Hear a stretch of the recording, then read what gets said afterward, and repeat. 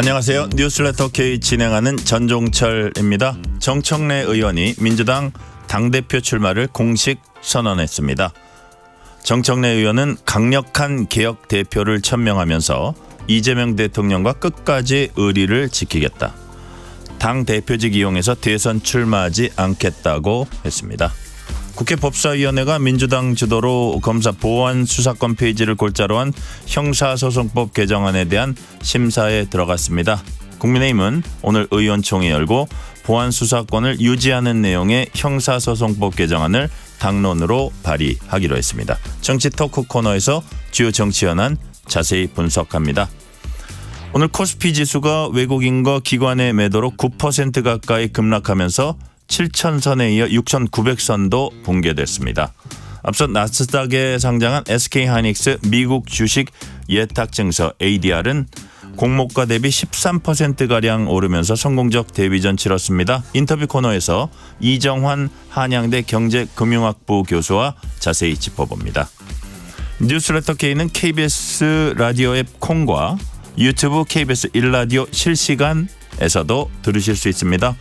청취율 조사 기간입니다. 02로 시작되는 전화가 오면은 뉴스레터 K라고 답해 주시면 감사하겠습니다. 방송 중 사연 보내주시는 분들께는 치킨 쿠폰과 커피 쿠폰도 보내드리겠습니다.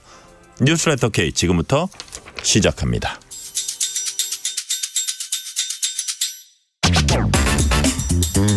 뉴스레터 K 정치 토크입니다. 박성민 전 민주당 최고위원, 신주호 전 국민의힘 상금 부대변인, 이동수 세대정치연구소 대표 나오셨습니다. 어서 오세요. 네, 안녕하십니까. 주말에 뭐 하셨어요, 신주호 대변인? 저는 주말에 아침에 일어나서 새벽에 일어나서 월드컵 좀 보고 월드컵 월드컵 새벽에. 좀 보고 잠깐 잤다가 8강전이었네요. 8강전. 예, 잠깐 잤다가 다시 그 일과를 진행했습니다. 그러니까 예. 아니 이동수 대표님. 무슨 1, 2, 3, 4위가 그러니까요. 월드컵 4강에 오른 이거 반칙 아니에요? 이게 지금 주변이 있어요. 보니까는 우리나라 빼고 세계인의 축제인 것 같습니다, 정말. 그러니까 우리나라만 슬픈 상황입니다. 네. 강자만의 리그인가 이런 생각도 들던데. 자, 정청래 의원이 민주당 당대표 출마 선언했습니다. 정청래 의원 출사표 들어보시겠습니다. 당대표에 출마하면서 다짐하고 약속합니다. 당대표직을 수행하면서 사리사욕을 채우지 않겠습니다. 저는 당대표직을 이용해 대선에 출마할 생각이 없습니다. 당대표직을 이용해 대선에 출마하지 않겠습니다. 대선 승리의 기획자가 되겠습니다. 당을 공명정당하게 공명정대하게 운영하겠습니다. 자, 당대표직을 이용해 대선에 출마하지 않겠습니다.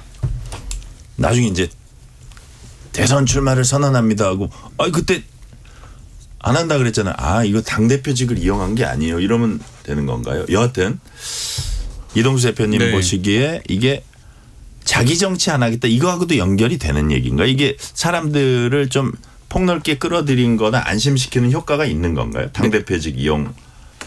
당대표직 이용해서 대선 출마 안 한다. 대선 출마 얘기를 벌써 해요. 예, 아무래도 이제 민주당이든 뭐 국민의힘이든 네. 이제 서울시장이나 뭐 당대표 선거 이런 거 나갈 때 이거 결국에 나중에 대권을 위한 행보 아니냐 이런 비판 많이 나오잖아요. 그냥 정청래 의원 입장에서도 나는 사리사욕을 채우려고 이렇게 이번에 당대표 선거 나간 게 아니라 정말 당을 위해서 헌신하겠다 이런 메시지를 보여주는 것 같아요. 네. 근데 저도 앵커님께서 말씀해 주신 거랑 좀 생각이 비슷한 게 당대표직을 이용해서 뭐 대선에 출마할 생각 없다고 했는데 당대표 임기 어차피 2년이잖아요. 네. 당대표 임기 끝나고 한참 있다가 대선을 치르는 거라서 어차피 이용하고 싶어도 당대표직을 이용할 수 없는 거 아닌가. 그러네요. 실제적으로. 네, 저는 그렇게 생각이 들더라고요. 그래요. 박성민 최고위원님.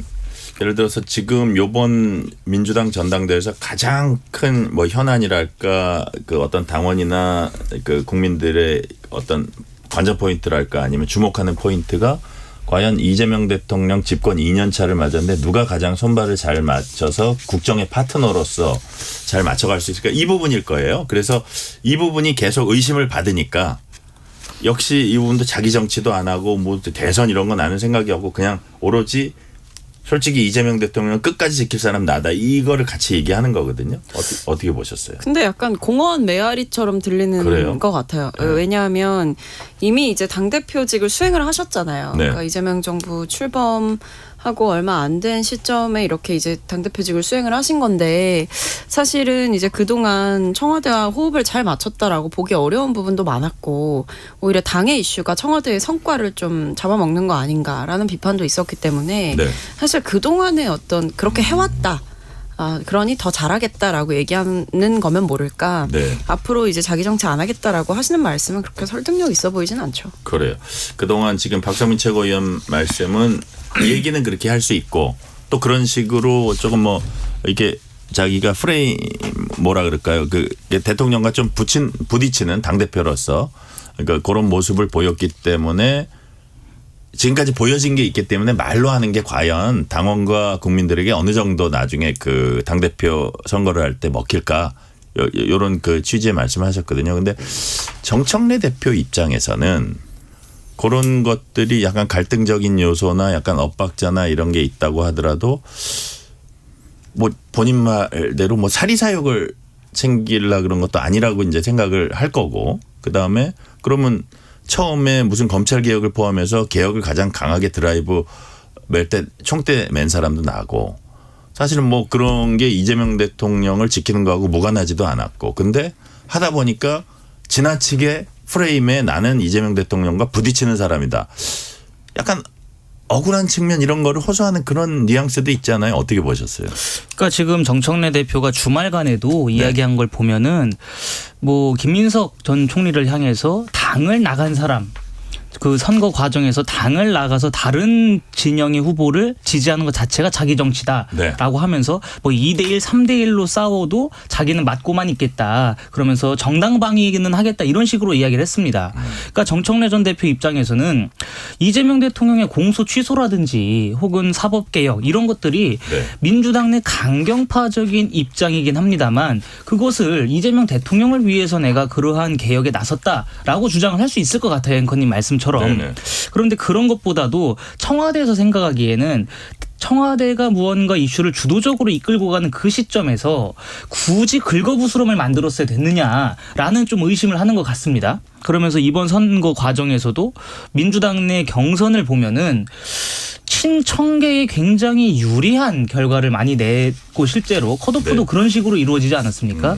그런 면에서 청와대가 보기에는 정청래 대표가 검은 속내가 있다. 라고 본 것 같고 정청래 전 대표는 그럼에도 불구하고 대통령을 위해서 이 정권의 성공을 위해서 나는 헌신했다라는 주장이 지금 상충하고 있는 것 같은데 제가 보기에는 당정 관계를 좀 슬기롭고 화합으로 이끌 수 있는 것은 여당 대표의 몫이기도 합니다만 청와대도 그 책임에서 벗어날 수 없다고 전 봐요. 당정 관계를 잘 이끌어가는 것은 여당 대표에게 제동을 걸거나 혹은 여당 대표와 무언가 물밑에서 조율을 거쳐서 이렇게 정무적인 그 판단을 통해서 그 최상의 결론을 내야 되는데 그런 것들이 있었느냐. 그러니까 김민석 전 총리가 얘기하는 게 뭐 당정 간의 불협화음 이런 얘기를 하면서 정청래 대표의 책임론을 말씀하시는데 제가 저번에 말씀드린 것처럼 당정협의회, 고위당정협의회는 총리 공관에서 열립니다. 그럼 총리가 주도적으로 이끌어갈 수 있는 부분이에요. 마찬가지로 정무수석은 그럼 그동안에 뭐 했느냐 이런 말씀을 안 드릴 수가 없는 것이죠. 그렇기 때문에 당정 간의 불협화음을 이끈 것은 정청래 전 대표의 책임으로 오롯이 돌릴 수 없다고 저는 생각합니다.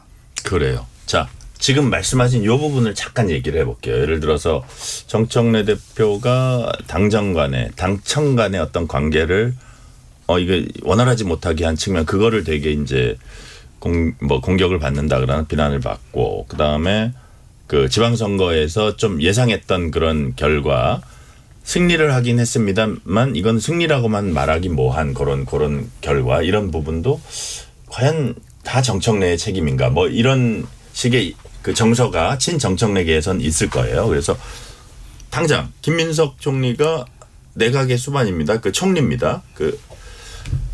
그리고 지금 말씀하신 대로 당청정 협의회 이런 것도 이제 총리 공간에서 열리고 그러면 그 책임에 김민석은 자유로운가 뭐 이런 얘기도 할 수 있고 그 부분은 어떻게 보세요, 이동생? 뭐 김민석 전 총리도 자유로울 수는 없다고 보는데요. 저는 기본적으로 지금 친명계랑 그리고 정청래 의원이랑 마찰을 빚는 게 이제 목표가 좀 엇갈리게 된 데서 어긋나게 된 데서 발생했다고 생각을 해요. 목표가 어긋난다. 네, 그러니까 이재명 대통령이 당 대표 시절에는 정청래 의원이 이제 보조를 잘 맞췄었잖아요. 그리고 네. 그때는 이런 갈등이 없었잖아요.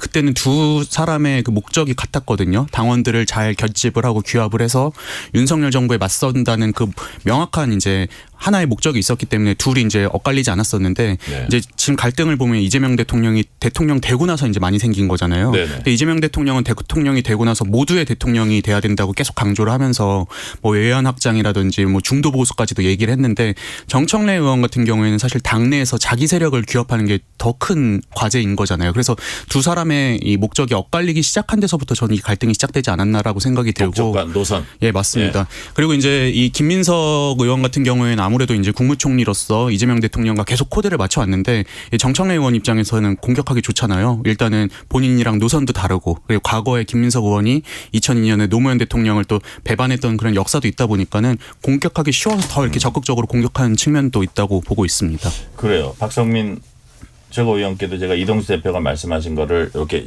조금 물어와서 이제 말씀을 드리면 당대표와 그 최고위원일 때는 별 문제가 없었어요. 목적이 같고 그 정권에 대항하는 이런 성격이었고 쭉 갖고 어떤 목표가 같는데 대통령이 되고 나서 대통령은 중도 외연 확장을 하려고 하고 어쨌든 대통령이란 직위가 가지는 그 목적이 또 있고 근데 당대표는 대통령님 그리 가시면 안 됩니다라는 거를 이제 그 노선 차이가 거기서 드러나면서 이게 엇박자라면 엇박자가 나기 시작한 거잖아요. 근데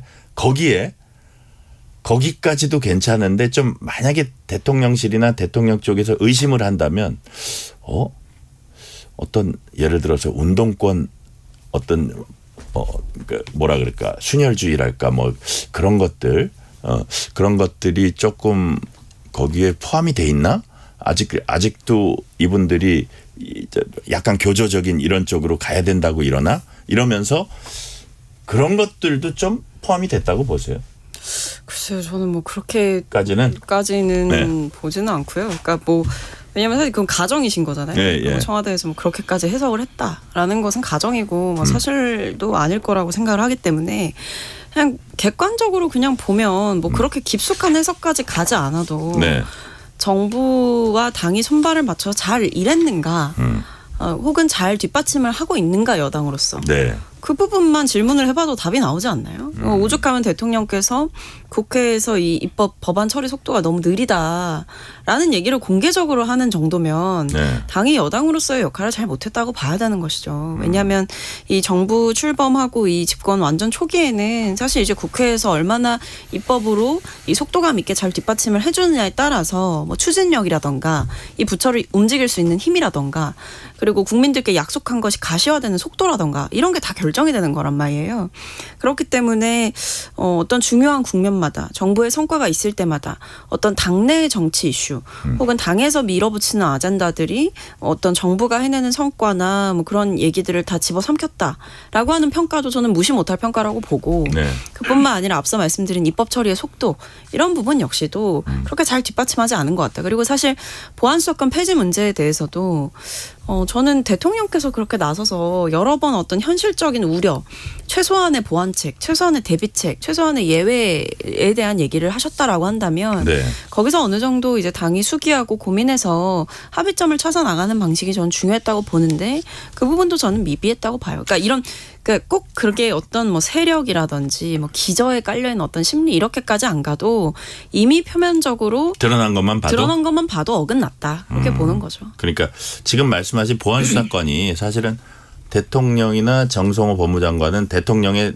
뜻과 거의 일치한다고 이제 해석이 되는데 얘기할 때마다 거의 단 한 번도 예외 없이 그 기존의 원칙을 강조를 했단 말이에요. 그래서 그 부분은 어떻게 보면 정청래 대표로서는 되게 이제 물러설 수 없는 부분이기도 한데 자, 보안수사권 얘기를 지금부터 그럼 조금 해볼게요. 보안수사권 부분에 있어서도 오늘 뭐 100% 폐지다. 이건 뭐 볼 것도 없다. 이런 식으로 이제 강하게 얘기를 했고 당내에서는 신주호 부대변인 네. 당내에서는 뭐 김남희 의원이라든지 홍기원 의원이라든지 이소영 의원이라든지 당대표 출마한 4명 중에 고민정 의원이라든지 되게 우려를 나타내고 있거든요. 그래서 지금 현재로서는 그럼에도 불구하고 강성 지지층의 지지를 받아야 이게 당대표가 되는 거기 때문에 다른 어떤 주류의 그 후보자들이 이거를 막 입에다 내놓고 이거 다시 얘기해 봅시다 이러기는 쉽지는 않을 것 같으나 어쨌든 그 전대 출마자 중에 한 명이 고민정 의원이 지금 이미 거론하고 있단 말이에요. 그리고 그래? 그러면 이재명 대통령이나 정성호 장관도 그래 이거 좀 공론화가 되나? 이러고 또 보고 있을 수도 있고 이분들과 또 예를 들어서 그 지금 우려를 표명하는 의원들과 청와대에 어떤 교감이 있는지 우리는 모르지만 전대 과정에서 다시 한번 부상할 수 있다고 보세요. 쟁점으로. 네, 저는 원래 기존에는 보안 수사권이 민주당 전당대회에 큰 영향이 없을 거라고 봤습니다만 최근에 장윤기 사건 이것이 굉장히 크게 네. 공론화가 되고 이슈화가 되면서 보안 수사권 문제가 어떻게 보면 민주당 전당대회의 가장 큰 핵심 아젠다로도 나올 수 있을 거라고 봅니다.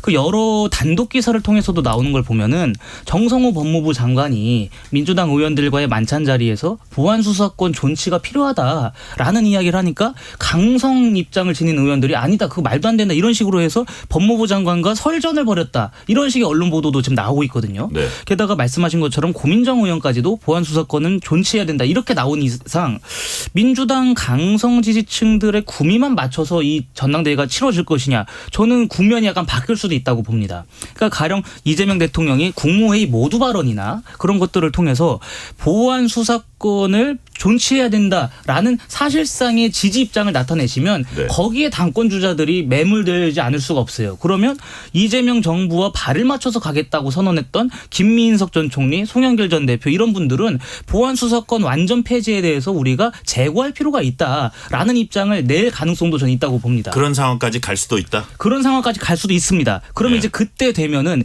민주당의 당원 구성까지도 사실 저희가 알 수 있는 것이죠. 실제 전당대회 표 대결을 통해서 이재명 정부와 같이 가야 된다라는 당원들이 더 많은지 아니야 그래도 이재명 대통령이 아니라 우리는 민주당 나름대로의 개혁, 강경 입장을 고수해야 돼라는 당원이 더 많은지 그거는 전당대회 표를 개봉해 보면 알 것 같습니다만 대통령으로서는 엄청난 리스크를 아는 승부수네요. 그렇죠. 만약에 승부수죠. 그런다면. 대통령이 지금 나서게 되면 승부수라고 저는 보는데 그렇기 때문에 저는 오히려 이재명 대통령이 나서야 된다고 봅니다.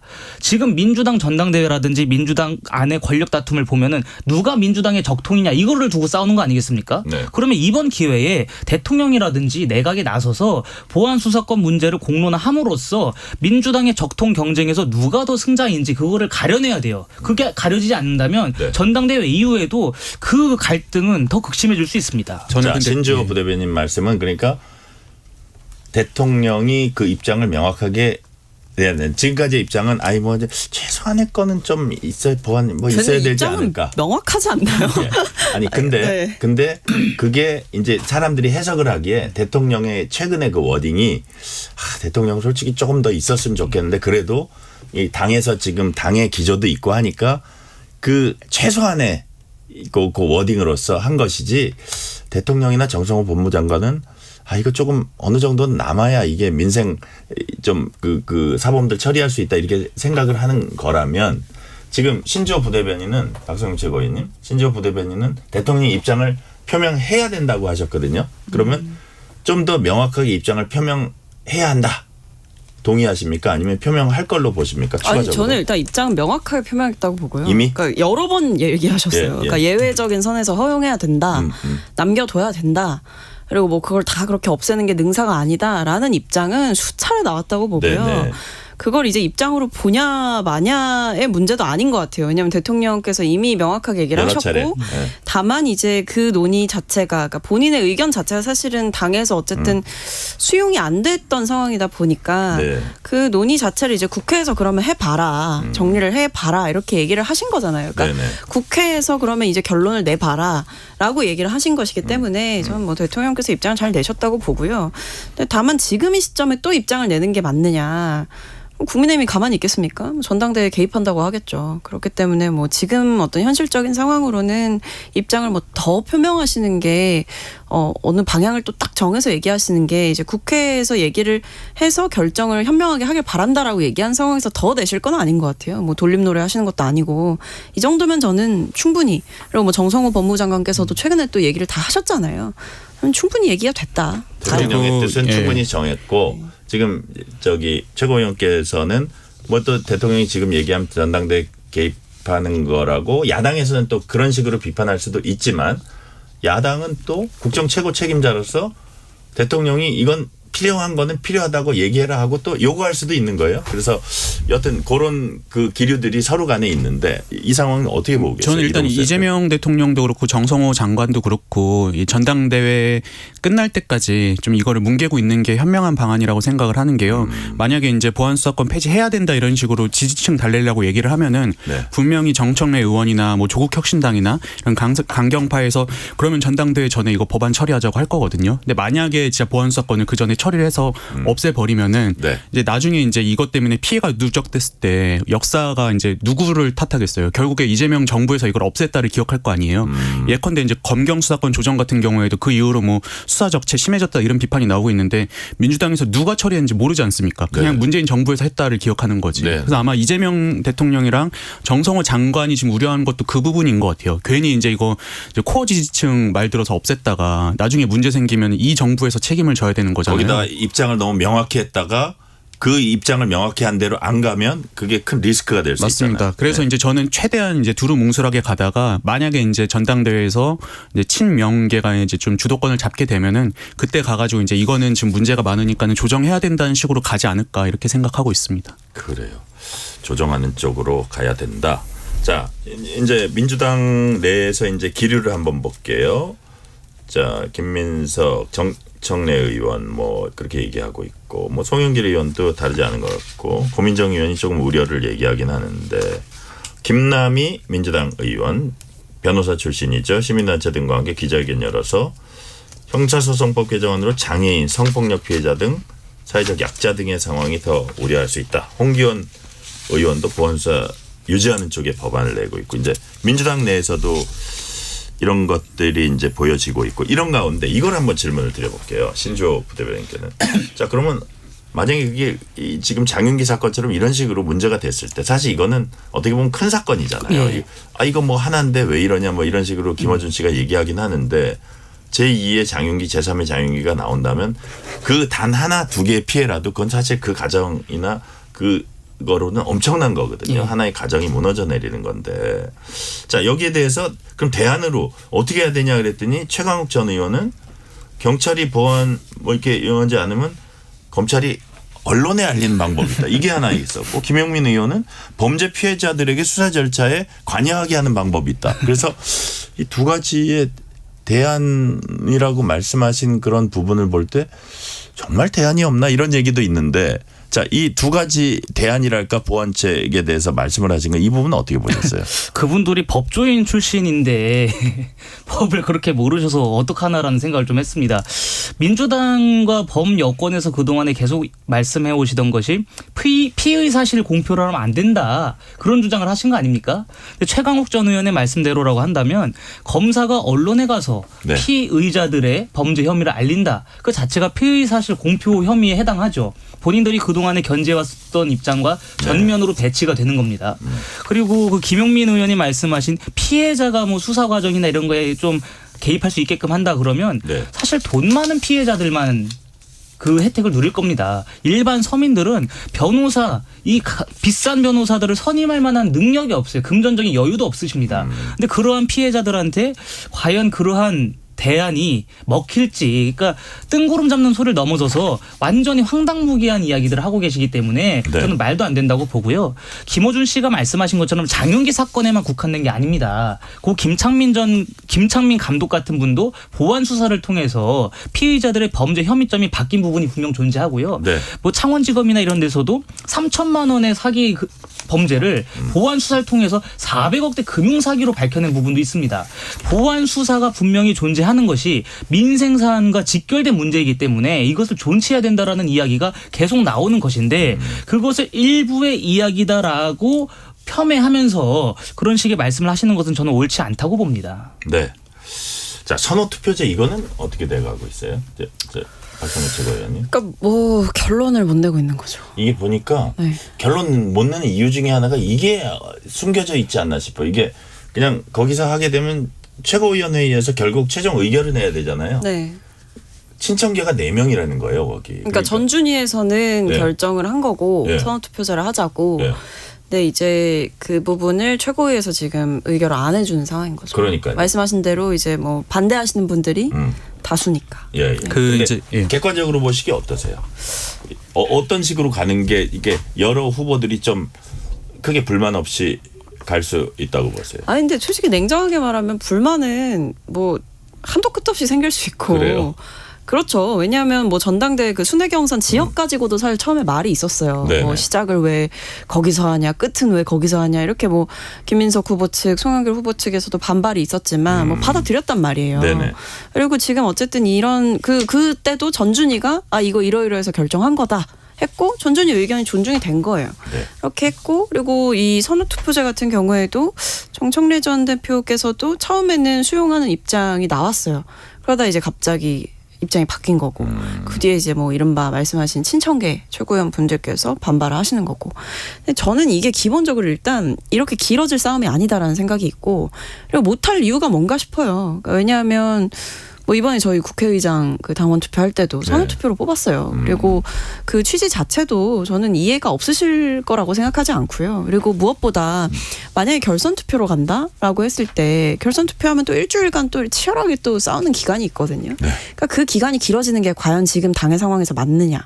오히려 선호투표를 통해서 어떤 유권자들의 의사가 충분하게 이제 반영이 되고 그리고 기간 역시도 한 번에 좀 이제 정리가 될 수 있게 하는 그런 면에서도 저는 선호투표가 안 될 이유가 뭔가라는 생각이 있어서 이런 논의는 그리고 기본적으로 국민들이 보셨을 때는 왜 싸우는지 좀 의아하시죠. 그래서 저는 이런 논의는 그냥 전준희의 의견을 존중해 주는 것이 맞지 않나 싶습니다. 네.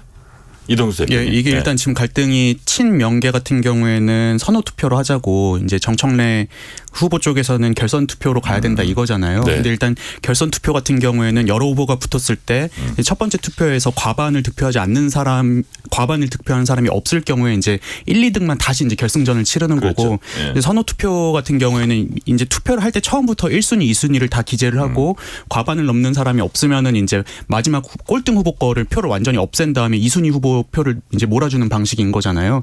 근데 이제 결선 투표 같은 경우에는 이제 만약에 첫 번째 선거에서 결론이 안 나면은 두 번째 선거에서 어떤 후보 간의 합종 연행을 통해 가지고 역전을 할 그 여지가 있거든요. 대표적으로 1971년도에 신민당 전당대회 때 보면은 당시 이제 대통령 후보 선출하는 과정에서 첫 번째 투표에서는 김영삼이 1등하고 2등 김대중, 3등 이철승이었는데 네. 그때 이제 김대중 후보가 이철승 후보 찾아가서 명함에다가 이제 나를 후보로 도와주면은 당신을 당대표로 이제 밀어주겠다 이렇게 좀 약속을 해가지고 그 표 다 흡수해서 이제 역전한 거였잖아요. 네네. 근데 이 정청래 대표도 지금 노리는 게 이건 것 같아요. 왜냐하면은 좀 어떻게 보면 구도가 지금 3대 1처럼 돼버려가지고 본인이 이제 1차 투표에서 과반을 못 넘을 경우에는 그 이제 다른 후보들 표를 이제 좀 포섭을 해야 되는데 네. 선호 투표 같은 경우에는 이미 이제 유권자들이 첫 번째 투표에서 본인의 선호도를 다 기재를 하고 이제 투표를 하는 거기 때문에 정청래 후보가 좀 역전할 그 여지가 별로 없거든요. 그래서 네. 저는 정청래 후보 측에서 양보할 일이 거의 없지 않을까 이렇게 보고 있습니다. 네. 댓글을 좀 소개를 해드릴게요. 0007님이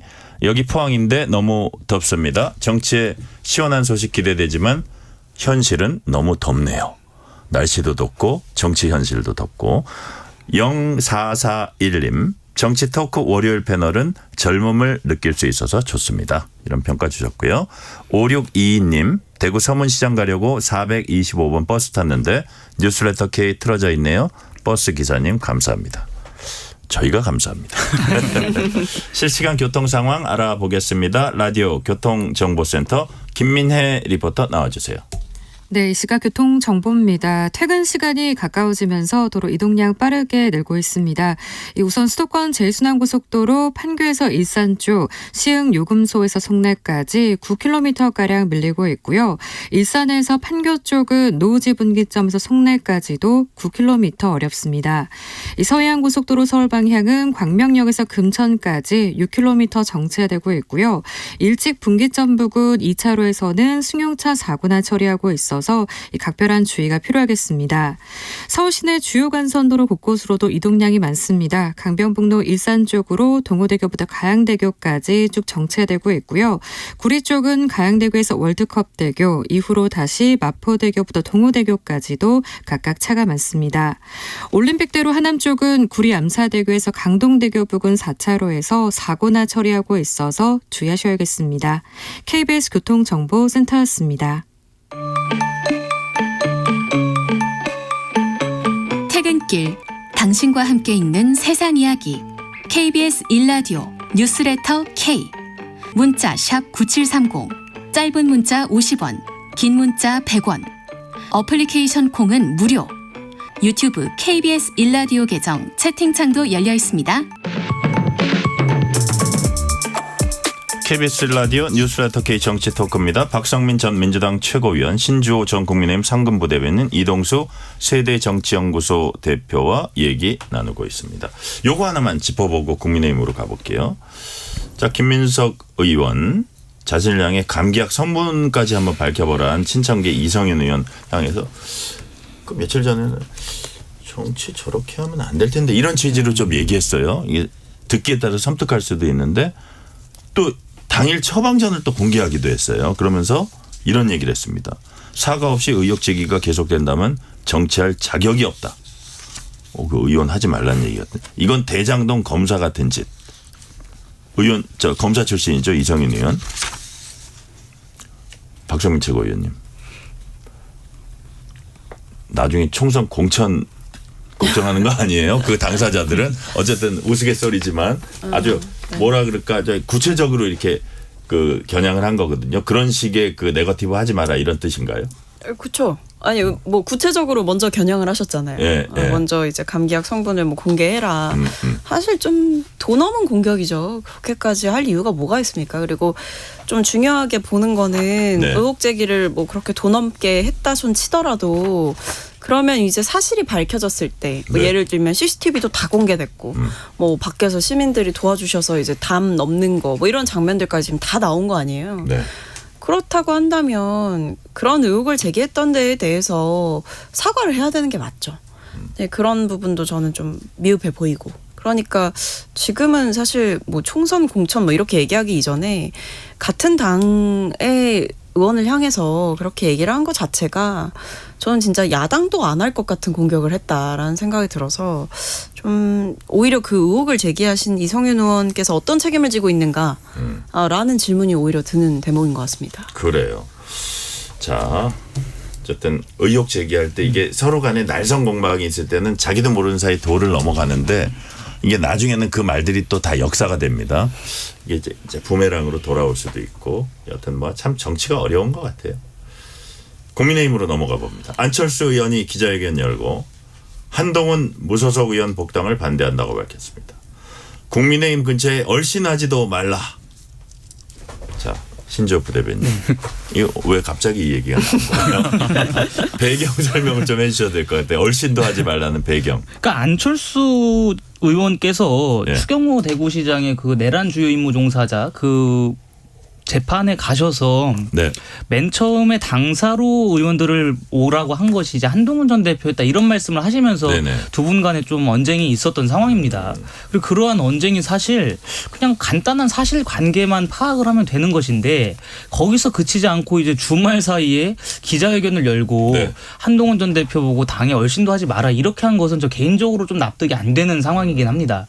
그러니까 안철수 의원의 말씀은 당사로 맨 처음에 한동훈 전 대표가 의원들을 불렀다라고 말씀을 하셨는데 그 맞긴 맞아요. 네. 근데 한동훈 전 대표가 맨 처음에 이제 국회로 오지 못하게 한 것은 국회가 그때 봉쇄가 됐습니다. 봉쇄가 돼서 당사로 잠깐 왔다가 거기 있었던 의원들께 우리 국회로 향해야 된다라고 하고 국회로 갔던 거예요.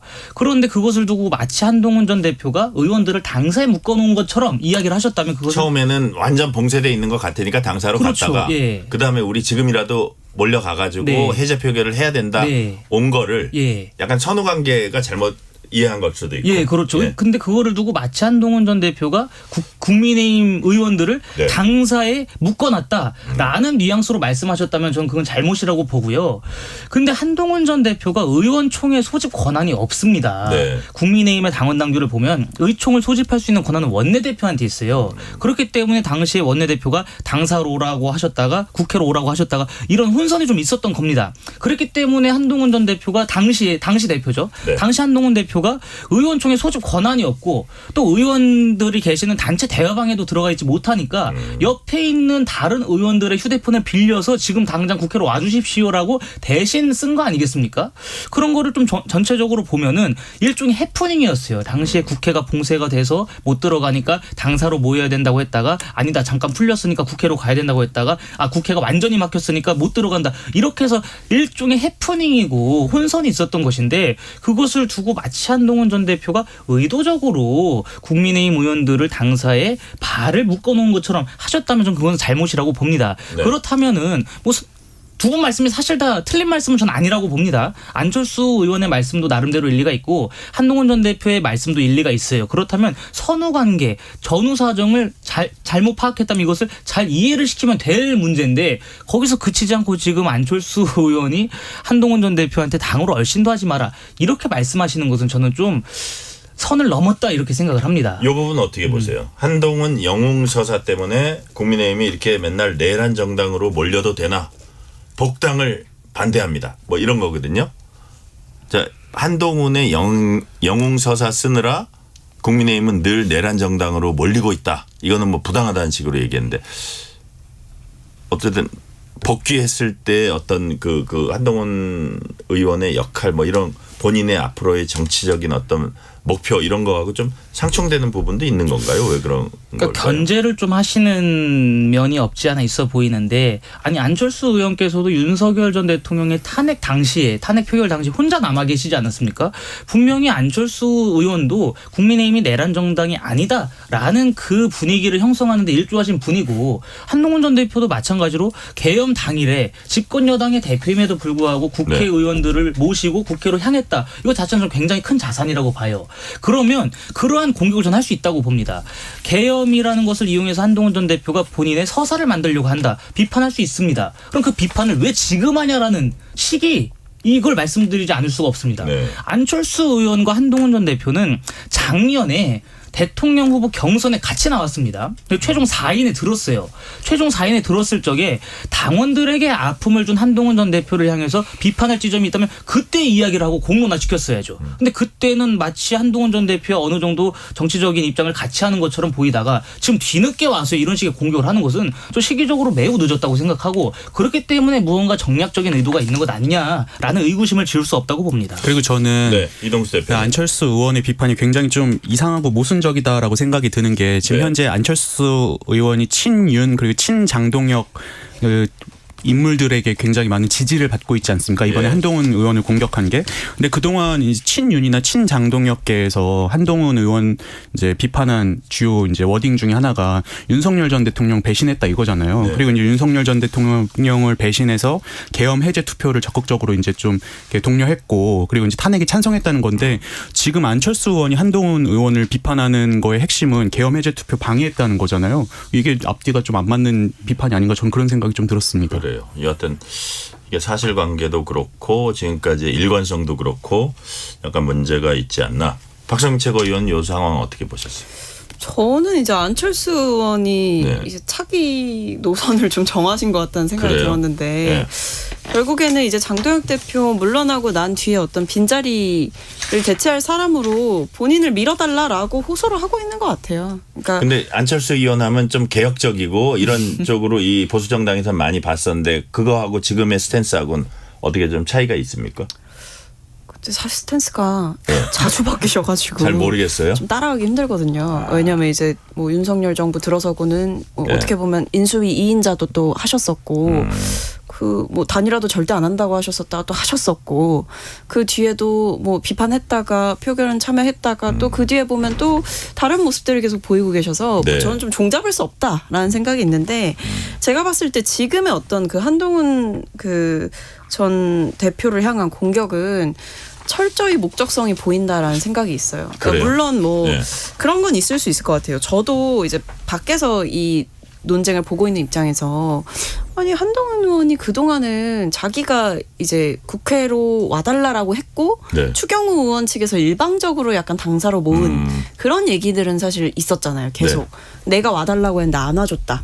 그런 약간 얘기가 있다가 좀 사실과 다른 얘기가 나오니까 제가 봤을 때도 네. 한동훈 의원이 뭔가 얘기를 좀 일부러 축소해서 말을 한 건가? 이런 생각은 들어요.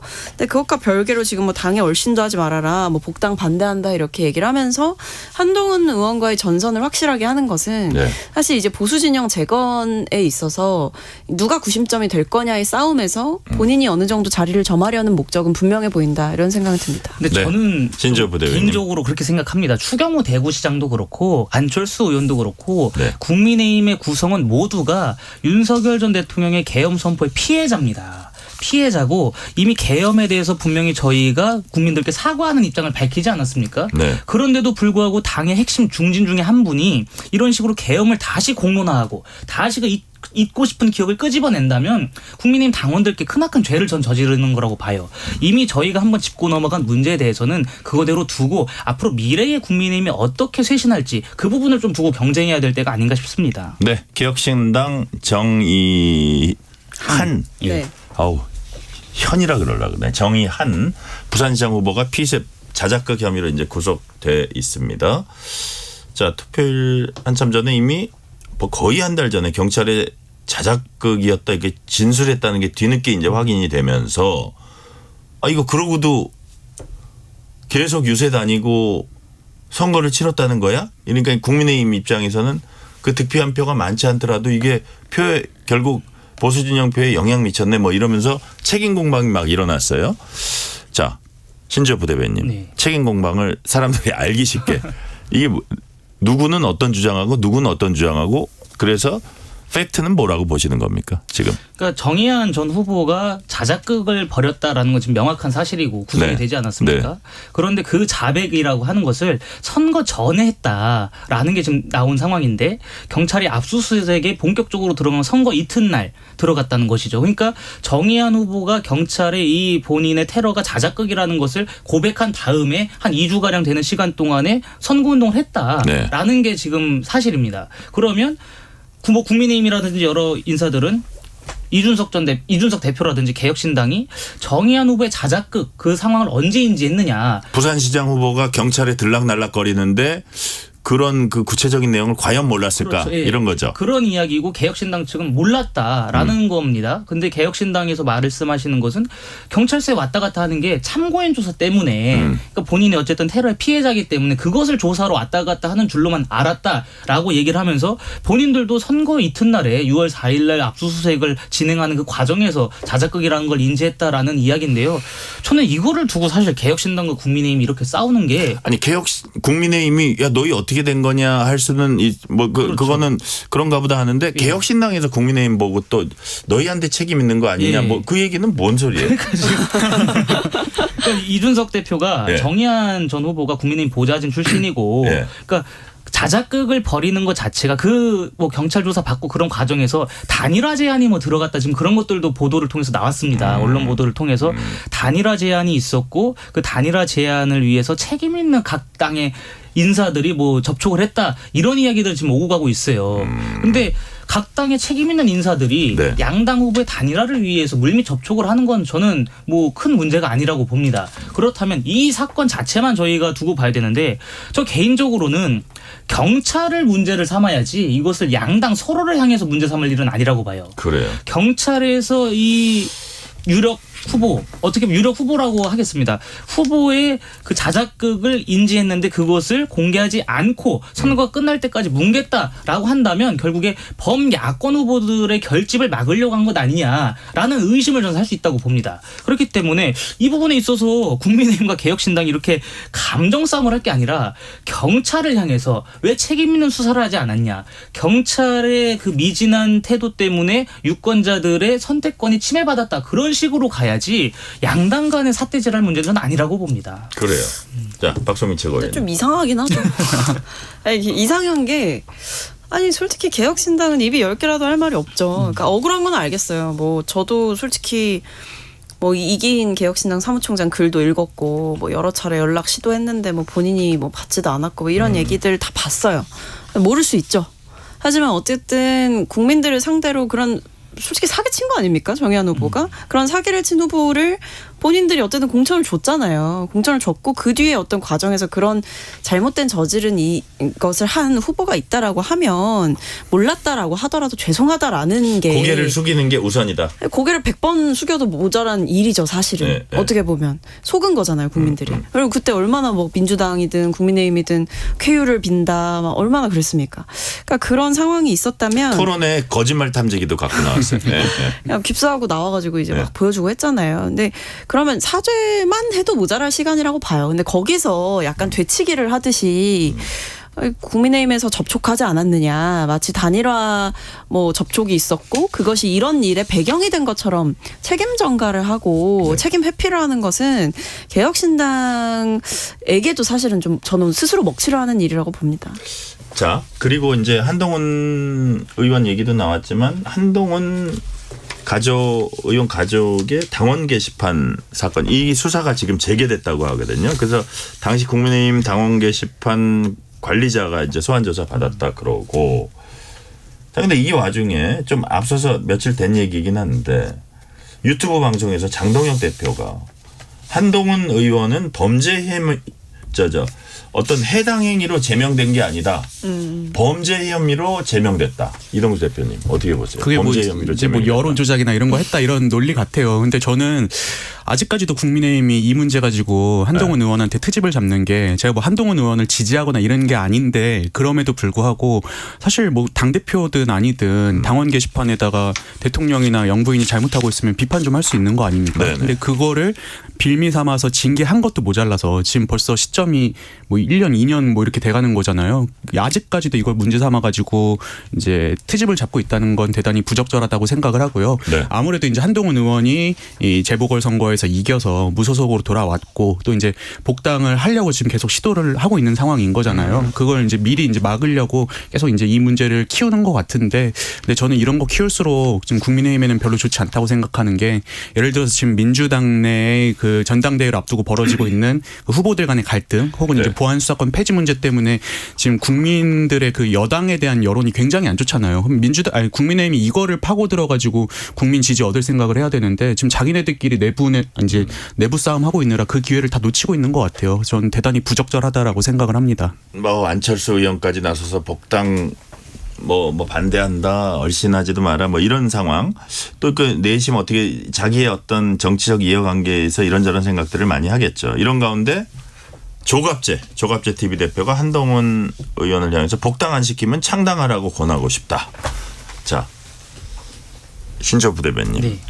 현실화 가능성 퍼센트로 치면 0부터 100까지 아니 뭐 모든 것이 가능성은 열려 있죠. 가능한 거기 네. 때문에 가능성은 있다고 봅니다만 매우 드문 가능성이라고 저는 봅니다. 희박한. 예, 한동훈 전 대표가 분명히 제명당할 당시에 반드시 돌아오겠다라고 선언을 한 상황이고 네. 이렇게 창당이라고 하는 게 사실 쉽지가 않아요. 쉽지가 않고 여기서 만약에 한동훈 전 대표가 창당을 한다면 그거 자체로 국민의힘 당원들을 향해서 어떻게 보면 약조했던 걸 어기는 거 아니겠습니까? 네. 그렇기 때문에 현실적으로 실현되기는 매우 어렵다고 좀 봅니다. 근데 저도 그렇게 네. 생각하는 게 이동수 대표님. 뭐 예를 들어서 조국혁신당이나 개혁신당까지 볼 것도 없고요. 2017년도에 이제 국정농단 사태 터지고 박근혜 대통령 탄핵되면서 새누리당에서 비박계이던 의원들이 탈당을 해서 이제 바른정당을 창당했잖아요. 예, 예. 근데 바른정당이 초창기엔 거의 40명 가까운 인원이었고 그때 그 면면들을 봐도 그 보수정당 내에서 선수 높고 대중적 인기 있는 의원들은 다 나왔었거든요. 뭐 네. 김무성, 유승민, 김성태, 나경원, 김성태 의원 등등 해가지고 근데 결국에 이제 그 버티지 못하고 이제 해산이 됐잖아요. 사실상에. 그렇죠. 예. 저는 이 제3지대의 그 춥고 배고픔을 견딜 수 있는 정치인들이 많지 않다. 한동훈 의원도 본인은 이제 본인 개인기로 나서려고 하더라도 주변에 붙는 사람들이 많지 않을 거라고 생각하고 있고요. 그래서 저는 어떻게 해서든지 복당을 하는 게 현명한 방안이다라고 생각을 합니다. 그 제3지대라는 게 지내보면 되게 그렇게 춥고 배고픈가 봐요. 그러니까 왜냐하면 이 거대 정당이 우리가 이 체제는 타파해야 된다 항상 하지만 나가보면 현실의 벽에 부딪히게 되는 박성민 최고위원님 요 부분은 어떻게 보셨어요? 뭐 사실 지금 상황에서 뭐 창당을 뭐 하라 마라 이렇게 얘기가 나온다라고 하더라도 본인이 뭐 그런 선택을 하긴 쉽지 않아 보이고요. 네. 오히려 근데 지금은 뭐 한동훈 의원이 복당에 대해서 적극적으로 막 엄청 움직이는 상황은 아닌 것 같은데 오히려 전선이 한동훈 의원 반한동훈을 중심으로 좀 세워지고 있는 느낌은 있어요. 네. 그러니까 왜냐하면 지금 보면 뭐 이준석 의원도 사실 최근에 개혁신당 공방 때문에 한동훈 의원에 대해서 또 저격을 하기도 했고 그렇죠. 예, 안철수 의원도 지금 한동훈은 얼씬도 하지 마라 이렇게 얘기를 하고 있는 상황이잖아요. 네. 그러니까 이게 일종의 반한동훈 정서는 분명히 이제 보수에 다 깔려 있는 것 같고 한동훈 의원에 대한 견제 심리가 있는 상황에서 뭐 창당을 해서 그게 어떤 확장성을 갖거나 혹은 뭐 다른 세력과 연대를 하거나 이러기가 한동훈 의원 입장에 쉽지 않아 보여요. 네. 오늘 말씀 여기까지 듣겠습니다. 지금까지 박성민 전 민주당 최고위원, 신주호 전 국민의힘 상근부대변인, 이동수 세대정치연구소 대표였습니다. 오늘 말씀 감사합니다. 감사합니다. 뉴스레터 K 1부 마치고 2부가 이어집니다.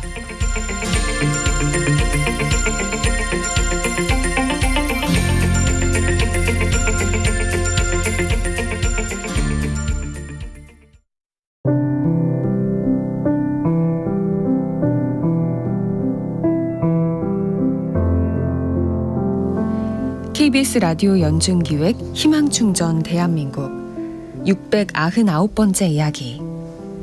안녕하세요. 아나운서 유지원입니다. 17살 민수에게는 꿈보다 걱정해야 할 것들이 더 많습니다. 어린 시절부터 알코올 중독 부모님의 폭력과 폭언 속에서 자라온 민수. 어려운 환경이었지만 다행히도 의젓하게 자랐는데요. 수업이 끝나면 민수는 지적장애가 있는 어머니와 형을 챙긴 후 곧바로 아르바이트를 하는 치킨집으로 향합니다. 늦은 귀가와 잦은 결석으로 퇴학 위기까지 겪었지만 민수는 졸업의 꿈만은 놓지 않고 있습니다. 자신의 미래보다 가족의 생계가 먼저인 지금 오늘도 민수는 얼마를 벌 수 있을지부터 걱정합니다. 가족을 지키기 위해 너무 일찍 어른이 돼버린 아이. 민수가 바르고 단단하게 잘 성장할 수 있도록 여러분의 관심과 사랑을 보내주세요.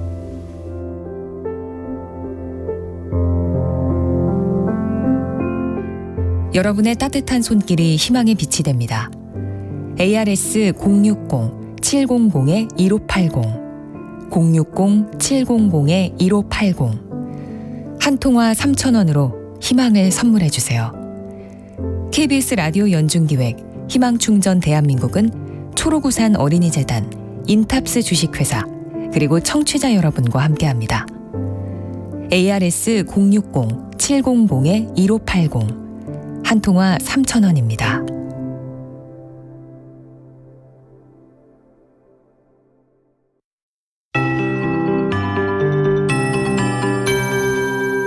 KBS 58분 날씨.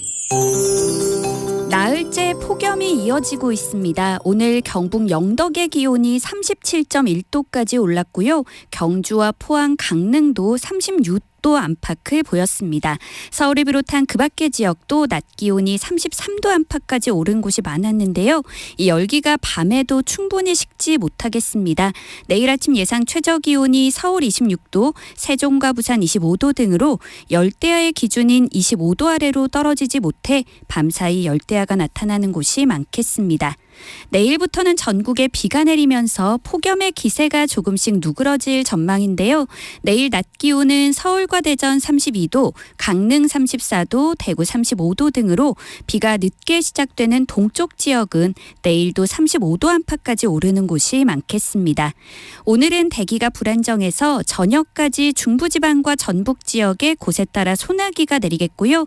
내일은 오전에 수도권부터 비가 내리기 시작해 오후에는 전국 대부분 지역으로 확대되겠고 모레 수요일 오후까지 이어지면서 대부분 지역에 30에서 80mm, 경기 북부와 강원 북부에는 많게는 100mm 이상의 집중호우가 예상돼 주의하셔야겠습니다. 현재 서울의 기온은 33.3도입니다. 송소진입니다.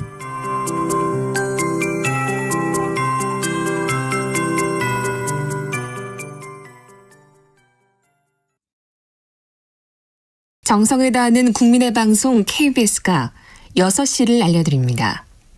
AM 711kHz, FM 97.3MHz, KBS 일라디오입니다. HLKA.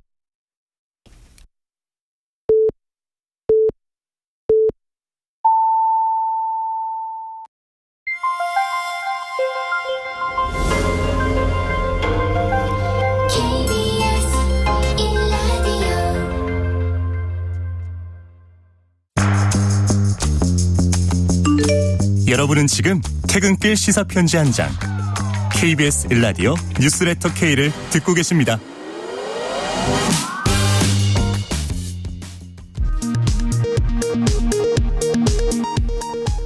이 시각 라디오 정보센터 뉴스입니다. 이재명 대통령이 국가재정전략회의를 주재하고 미래대응기금 조성 등 확장재정 방침을 공식화했습니다. 정부의 내년 총 지출은 올해보다 10% 이상 많은 800조 원대로 예고됐습니다.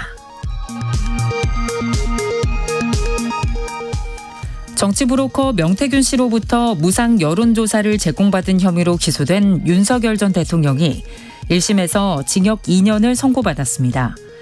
명 씨에겐 징역 1년 6개월이 선고됐습니다.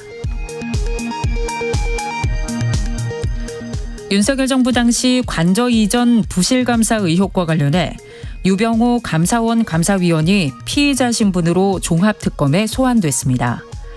유 의원은 혐의를 부인했습니다. 김건희 씨는 관저 이전 특혜 의혹과 관련해 19일 소환됩니다. 이란이 호르무즈 해협 재봉쇄를 선언하고 중동 내 미군 기지 공습을 이어간 가운데 미군은 연이틀 이란을 공습했습니다. 코스피는 9% 가까이 급락하며 7천선이 무너졌습니다. 최근 회생 절차 폐지 결정으로 정상화 여부가 불투명해진 홈플러스가 오늘부터 임시 휴업에 들어갔습니다. 지금까지 라디오 정보센터 뉴스 편유희였습니다. 뉴스의 진수를 보여주는 인터뷰. 뉴 진수. SK 하이닉스가 미국 주식 예탁 증서 ADR을 나스닥에 상장했습니다. SK 하이닉스 ADR은 상장한 첫날 13%가량 올랐습니다. 시장의 관심은 미국에서 형성된 ADR 프리미엄이 국내 본주에 반영될지 여부였는데 정작 우리 시장에선 오늘 보니까 190만 원 선이 깨졌습니다. 국내 연금 리밸런싱도 시장에선 부담으로 작용하고 있고요.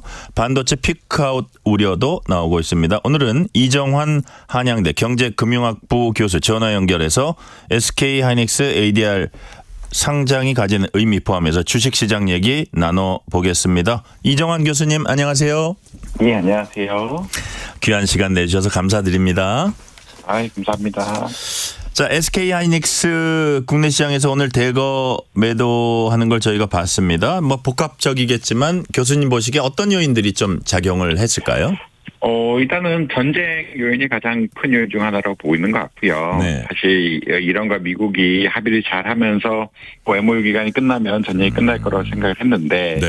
그런 기대가 이번에 좀 헝클어지면서 주가에 좀 반영된 것이 아니냐라는 의견이 좀 있는 것 같습니다. 네. 두 번째로는 오늘 이제 그 2분기 실적이 원래 이게 장기 계약에 따른 문제긴 하지만 예상보다 좀 못 미칠 것이라는 그런 보고서들이 나오면서 한 8%까지는 못 미칠 거라는 보고서에 나오면서 이제 주가를 좀 하락시킨 경향들이 있었고요. 네네.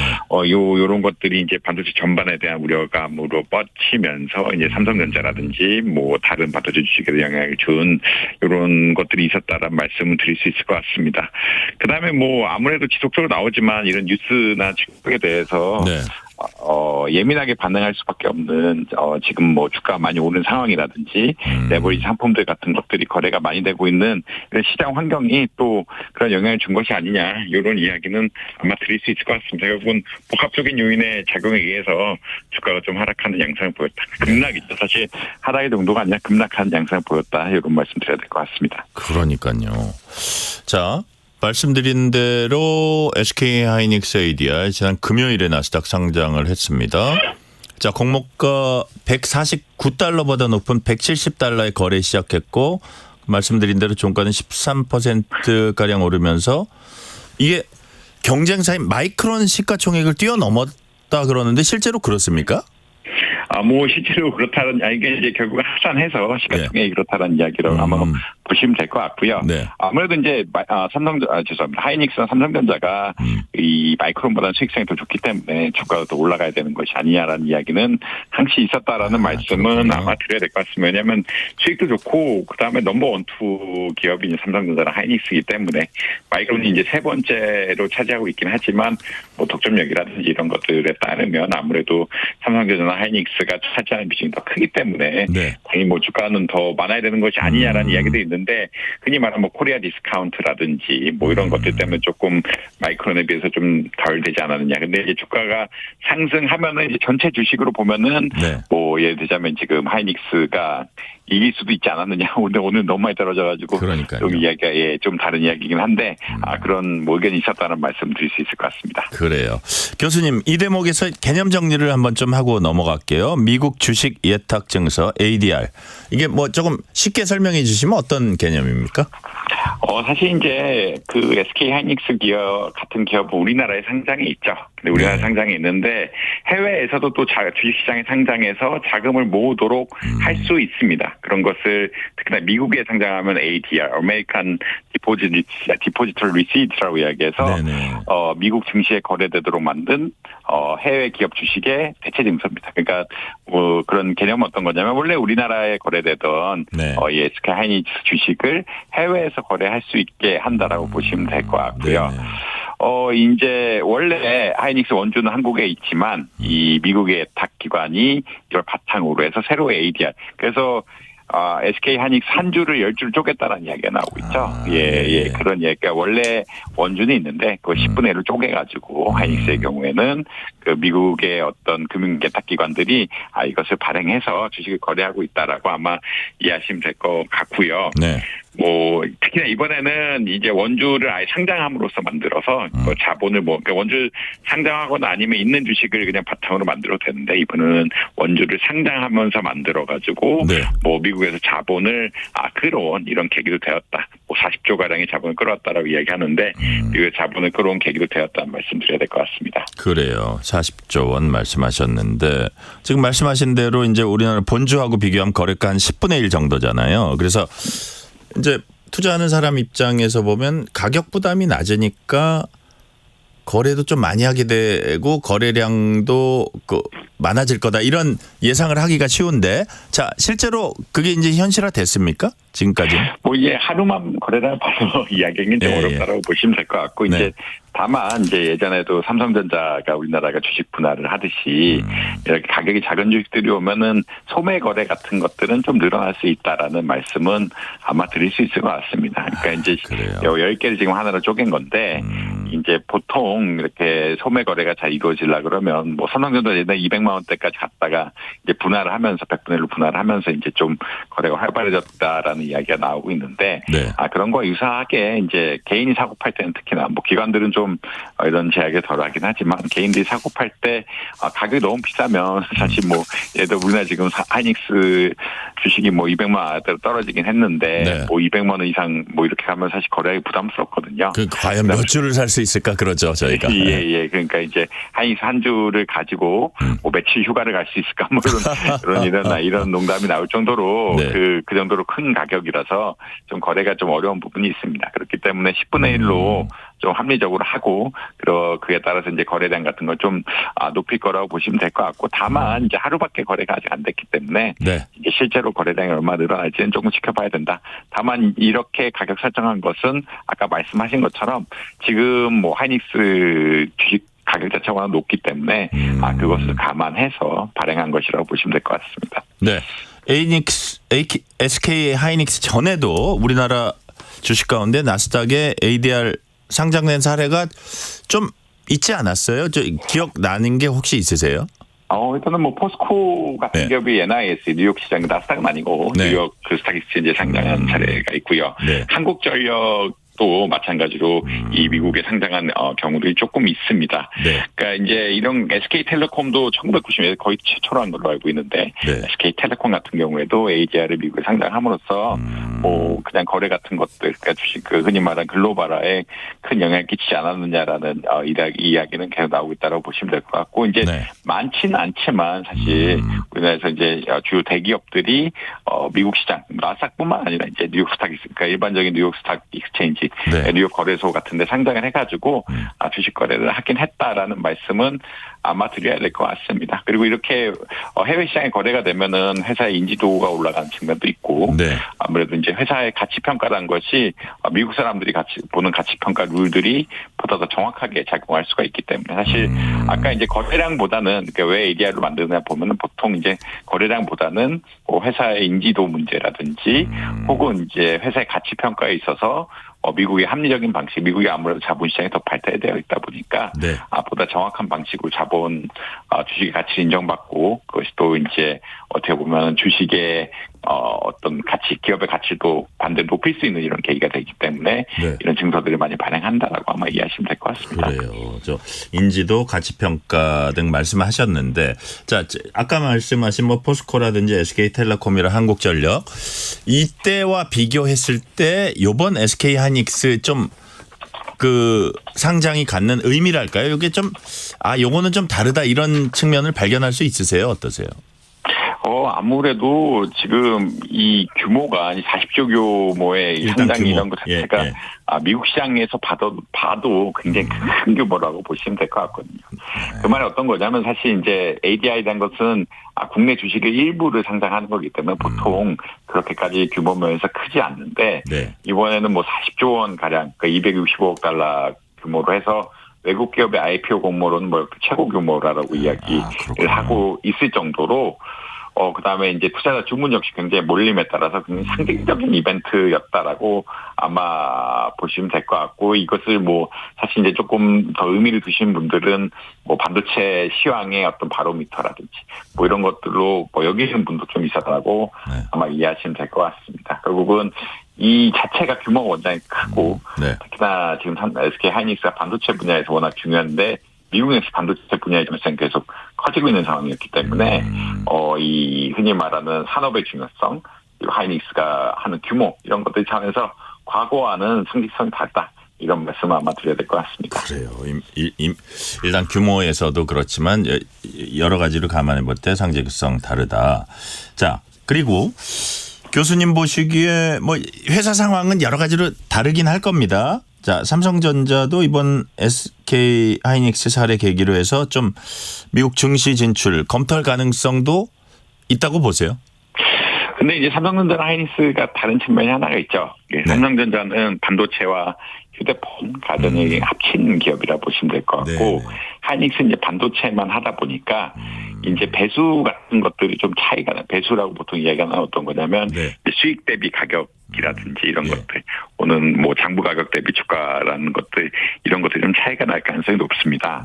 그러니까 이제 그런 것들에 대해서 이제 삼성전자가 뭐 하이닉스가 얼마 나왔는데 또 삼성전자가 좀 모자라게 나온다든지 하면 또 부담을 가질 수 있는 이런 상황들이거든요. 그러니까 이제 흔히 말해서 멀티플, 뭐 배수 뭐 이런 거라고 이야기하는데, 이런 것들이 가치가 나올 때가 좀 다르게 되면 좀 부담스러워할 수가 있기 때문에 아무래도 지금 당장 뭘 고려할 것 같지는 않다. 이 기업이 동일하다고 하면은 하이닉스나 뭐 삼성전자나 비슷한 배수를 받고, 그러니까 주식 가격도 비슷하게 상장을 함으로써 둘이 경쟁적으로 할 수도 있는데, 아무래도 삼성전자는 이제 가전하고 뭐 반도체 분야도 메모리 반도체뿐만 아니라 아니 말하는 파운드리, 그러니까 반도체 그 AI 반도체가 시스템 반도체를 생산하는 부분 역시 있기 때문에 같은 상상에서 좀 비교하는 것은 좀 어렵고, 그렇기 때문에 이제 삼성전자가 굳이 지금 미국에 가서 이거를 할 것 같지는 않다라고 뭐 생각은 하고 있습니다. 그래요. 반도체 기업인 하이닉스와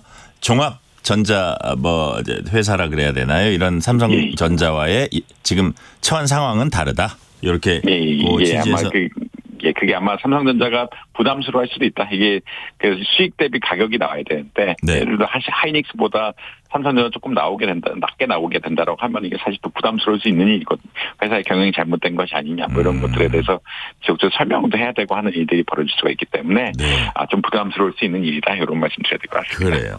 자, ADR 가격이 미국에서 이제 높게 형성이 되면 본주 가격도 영향받아서 높게 형성된다. 뭐 가능성은 항상 열려 있는데 여기에 또 여러 다른 변수들이 개입이 되나요? 아무래도 이제 지금 이제 펑저빌리티라고 이야기해서 그 만약이란 게 사실 원한다면 주식 가진 사람이 원한다고 하면은 미국에 상당된 주식을 10주 모아서 한국에서 거래할 수 있게끔 하는 이런 뭐 기능을 넣을 것이다라는 이야기는 하고 있습니다. 그런 이야기가 어떤 거냐면, 사실 미국의 가격이 한국의 가격하고 뭐 거래 비용이라든지 이런 것들을 옮기는 비용들을 생각하면은 그렇게 차이 날 필요는 없다라는 그런 이야기거든요. 그러니까 아무 때나 바꿀 수가 있기 때문에 원하면은, 그러니까 이제 물론 시간이라든지 이런 다양한 관련 재반 비용이 문제가 되긴 하지만 이게 크게 다를 건 아니기 때문에, 만약 이제 밤에 미국 시장의 거래는 밤에 이루어지니까 밤에 ADR 가격이 올라가게 되면은 다음에 이제 본주 가격이 당연히 올라갈 수밖에 없는 이런 상황이다. 반대로 이제 우리나라에서 시장이 안 좋으면은 그러니까 점심 때 시장이 안 좋으면은 뭐 저녁 때 또 미국의 가격에 영향을 미칠 수 있다라고 한번 보시면 될 것 같다라고 보시면 될 것 같습니다. 그래서 이론적으로는 이제 서로 거래가 가능한 구조이기 때문에, 물론 재반 비용 같은 것들이 드니까 그러니까 뭐 맨날 매일매일 왔다 갔다 할 가능성은 좀 적긴 한데, 이게 중장기적으로는 결국 가격이 수렴해야 되는 것들이 일반적이거든요. 이게 가격이 많이 벌어지게 되면은 같은 주식이 미국에서 비싸고 한국에 싸다라고 하면 당연히 한국에 있는 주식을 갖다가 미국에서 팔려고 할 거기 때문에 그런 뭐 흔히 말하는 차익 거래 같은 것들은 없어질 수밖에 없다. 근데 이제 단기적으로 일시적으로 벌어지거나, 그리고 밤낮의 시간 차이, 거래 시간 차이 때문에 벌어지는 일들은 충분히 가능하다, 이런 말씀 드려야 될 것 같습니다. 자, 차익 거래 어렵다는 말씀 지금 잠시 하셨는데, 실제로 TSMC 사례가 그랬다 뭐 이런 얘기들을 하더라고요. 이건 어떤 사례를 얘기하는 겁니까? TSMC 사례란 건, TSMC도 사실 ADR을 그러니까 ADR을 찍었거든요. ADR을 찍었는데, 이제 TSMC ADR의 경우에는 미국에서 수요가 많이 붙다 보니까 이제 가격이 좀 많이 올라감으로써 이 대만에 상장된 TSMC 주식이 좀 저평가된 것이 아니냐, 뭐 이런 이야기가 나왔다라고 아마 이해하시면 될 것 같습니다. 그러니까 이제 이게 사실 이론적으로는 바꿀 수가 있는데, 이것을 신고도 해야 되고, 사실 이제 분할된 것도 합쳐야 되고, 이런 여러 가지가 다른 시장에서 거래를 하려고 그러면 제도적 차이 같은 것들을 다 완수해야 하기 때문에, 뭐 나스닥에서 조금 거래가 되더라고, 그러니까 좀 높은 가격에 거래가 되더라고 할지라도 대만 시장의 반응이 직접 안 된 이런 케이스들이 좀 있었다라고 말씀드릴 수 있을 것 같고요. 사실 이런 것들이 뭐 코인 시장에서 보통 많이 일어나죠. 예전에 김치 프리미엄이라고 하는 뭐 이런 것들, 그러니까 이제 그 이전 같은 것들이 조금 원활하지 않으면 네. 한쪽의 가격이 급격하게 올라가는 상황들. 그러니까 이제 예를 들어서 비트코인 같은 경우에는 사실 전 세계적으로 가격이 균질해야 되는데 네. 뭐 시장마다 그러니까 한국 시장하고 혹은 뭐 미국 시장에서 거래 가격이 달랐다라는 이야기가 나오고 있는데 네. 한꺼번에 많이 옮기기가 좀 어렵다라고 하면은 이런 비용 차원의 문제들 때문에 프리미엄 같은 것들이 조금은 유지될 수 있다. 뭐 김치 프리미엄 이런 거 생각하시면 아마 쉽게 이해가 되지 않을까라고 생각을 하고 있습니다. 네. 자, 그리고 주식하시는 분들, 우리 국민들 중에 이런 생각을 요즘 좀 하고 계신 분들이 있을 것 같아요. 예를 들어서 자, 국내 주식 시장에서 SK 하이닉스 사는 게 나을지 아니면 나스닥에서 SK 하이닉스 ADR 사는 게 나을지 뭐 그 상황에 따라서 다르긴 할 텐데 자, 장단점은 있을 것 같아요. 어떤 장단점이 있을까요? 아무래도 이제 거래 수수료 차원에서는 당연히 하이닉스 주식을 한국에서 하는 게 맞다라고 보시면 될 것 같고요. 네. 왜냐하면 이제 증권사 거래 수수료라는 것이 해외 주식을 거래할 때는 더 비쌀 수밖에 없기 때문에 네. 그러니까 해외 주식이라는 거는 우리나라 증권사가 다른 해외 증권사를 죄송합니다. 네. 다른 해외 증권사를 통해서 위탁해서 하는 거기 때문에 수수료가 더 늘게 되죠. 더 늘게 되기 때문에 당연히 그 흔히 말하는 거래 수수료 차원에서는 우리나라에서 거래하는 것들이 유리하다라고 네. 아마 이해하시면 될 것 같고요. 근데 이제 뭐 환율이 뭐 변동한다든지 그러니까 네네.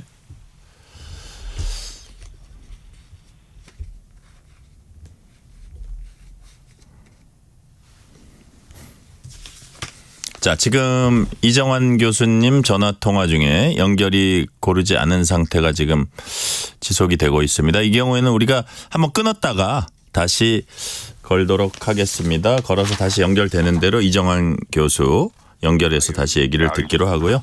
네, 교수님 지금 다시 연결이 됐습니다. 말씀 계속해 주시죠. 예, 죄송합니다. 이게 연결이 갑자기 끊겼나 봅니다. 네네. 예, 당연히 이제 거래 수수료 차원에서는 하이닉스 주식을 우리나라에서 거래하는 것들이 유리하다. 이건 당연한 얘기다. 왜냐하면 두 번 거쳐하는 거랑 한 번 거쳐하는 거랑은 차이가 있기 때문에 차이 유리하다라고 보시면 될 것 같고. 네.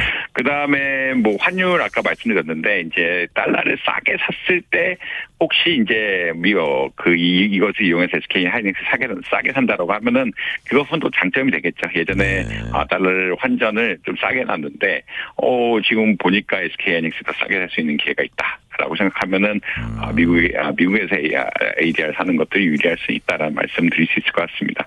네. 다만 또 미국 주식 같은 경우 양도세 같은 것들도 또 붙어 있기 때문에 한국 주식은 보통 개인 투자자들은 양도세가 없고요. 미국 주식 같은 경우는 양도세 같은 것들을 내야 될 수가 있기 때문에 그런 것들에 대해서는 이제 세금 차원의 고민 같은 거 역시 좀 필요하다. 일반적으로 본주를 거래하는 게 당연히 유리하다라는 말씀은 드릴 수 있을 것 같습니다. 미국 ADR 같은 경우에는 미국 사람들이 미국 증권 계좌를 이용해서 거래를 하자고 만들어 놓은 것이기 때문에 큰 틀에서는 뭐 굳이 본주가 상장되어 있는 한국에서 미국의 ADR을 살 필요는 거의 특별한 경우를 제외 아까 뭐 말씀드린 것처럼 뭐 환전을 잘했다는 이런 특별한 케이스를 제외하고는 거의 없는 것 같다는 말씀 드려야 될 것 같습니다. 그래요. 최태원 회장이 상장 직후에 미국 언론 인터뷰했습니다. 반도체 수요가 2030년까지도 탄탄할 거다. 우리가 보통 이제 얘기 들으면 2029년까지 뭐 계약이 돼 있다거나 뭐 이런 얘기도 제가 그 전에 듣긴 했는데 자, 최태원 회장이 2030년까지는 반도체 수요 탄탄할 거다 이렇게 막 자신 있게 얘기를 했는데 뭐 일각에서 나온 반도체 고점 논란이나 뭐 피크아웃 뭐 이거하고는 좀 대조된다고도 할 수 있어요. 교수님 보시기에 또 일리가 있는 얘기입니까? 이거는 뭐 회사 차원에는 당연히 일리가 있는 이야기라고 다들 알고 있고요. 네네. 이야기 어떤 거냐면 이제 계약 구조가 예전에는 뭐 2년, 3년 계약이었는데 최근에는 장기 계약이 늘어나면서 5년 계약 같은 것들이 많이 늘어나고 있다라고 하고 있습니다. 워낙 반도체를 구하기 어렵다 보니까 이제 해외 구매자들이 계약을 예전에는 뭐 2년 계약, 뭐 3년 계약이 주류를 이루었지만 이제 계약 기간 늘려가지고 5년까지 계약을 하고 이제 5년 계약 같은 것들이 뭐 표준이 되다 보니 표준이 될 수도 있다라고 생각을 하다 보니까 반도체 수요가 2030년까지는 뭐 회사 입장에서는 탄탄할 수밖에 없다. 왜냐 거래량들이 계속 몰려오기 때문에 수요자들 몰려오고 있고 이런 것들에 고려하자라 그러면 2030년까지는 탄탄할 수밖에 없다라는 이야기를 드릴 수 있을 것 같습니다. 그런데 이제 반도체 고점 논란은 이거랑 약간 다른데 반도체가 필요하다는 거는 다들 인지를 하고 있는데 네.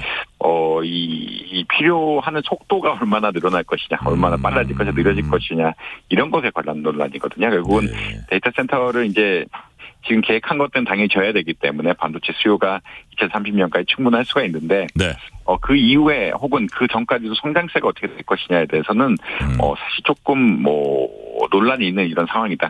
그러니까 성장률이 둔화되는 거예요. 반도체가 아무래도 AI가 발전하고 그다음 데이터 센터 같은 게 늘어나게 되면은 더 쓰일 거라고 다들 생각은 하고 있는데 이게 단순히 더 쓰이는 게 아니라 그 늘리는 속도, 반도체 생산량이라든지 필요한 속도가 늘어날 것이냐, 더 빨리 늘어날 것이냐, 아니면 속도가 줄어들 것이냐. 이것이 약간의 고점 논란의 핵심 사항이라고 아마 보시면 될 것 같고, 왜냐하면 이 반도체 생산 기업들은 이런 미래의 수요에 대응해서 생산 시설 같은 것들을 빠르게 늘리고 있는데, 만약에 성장세가 줄어들게 되면은 이러한 그 생산 시설에서 제품을 계속 많이 생산해야 되기 때문에 가격이 떨어질 거라고 생각하고.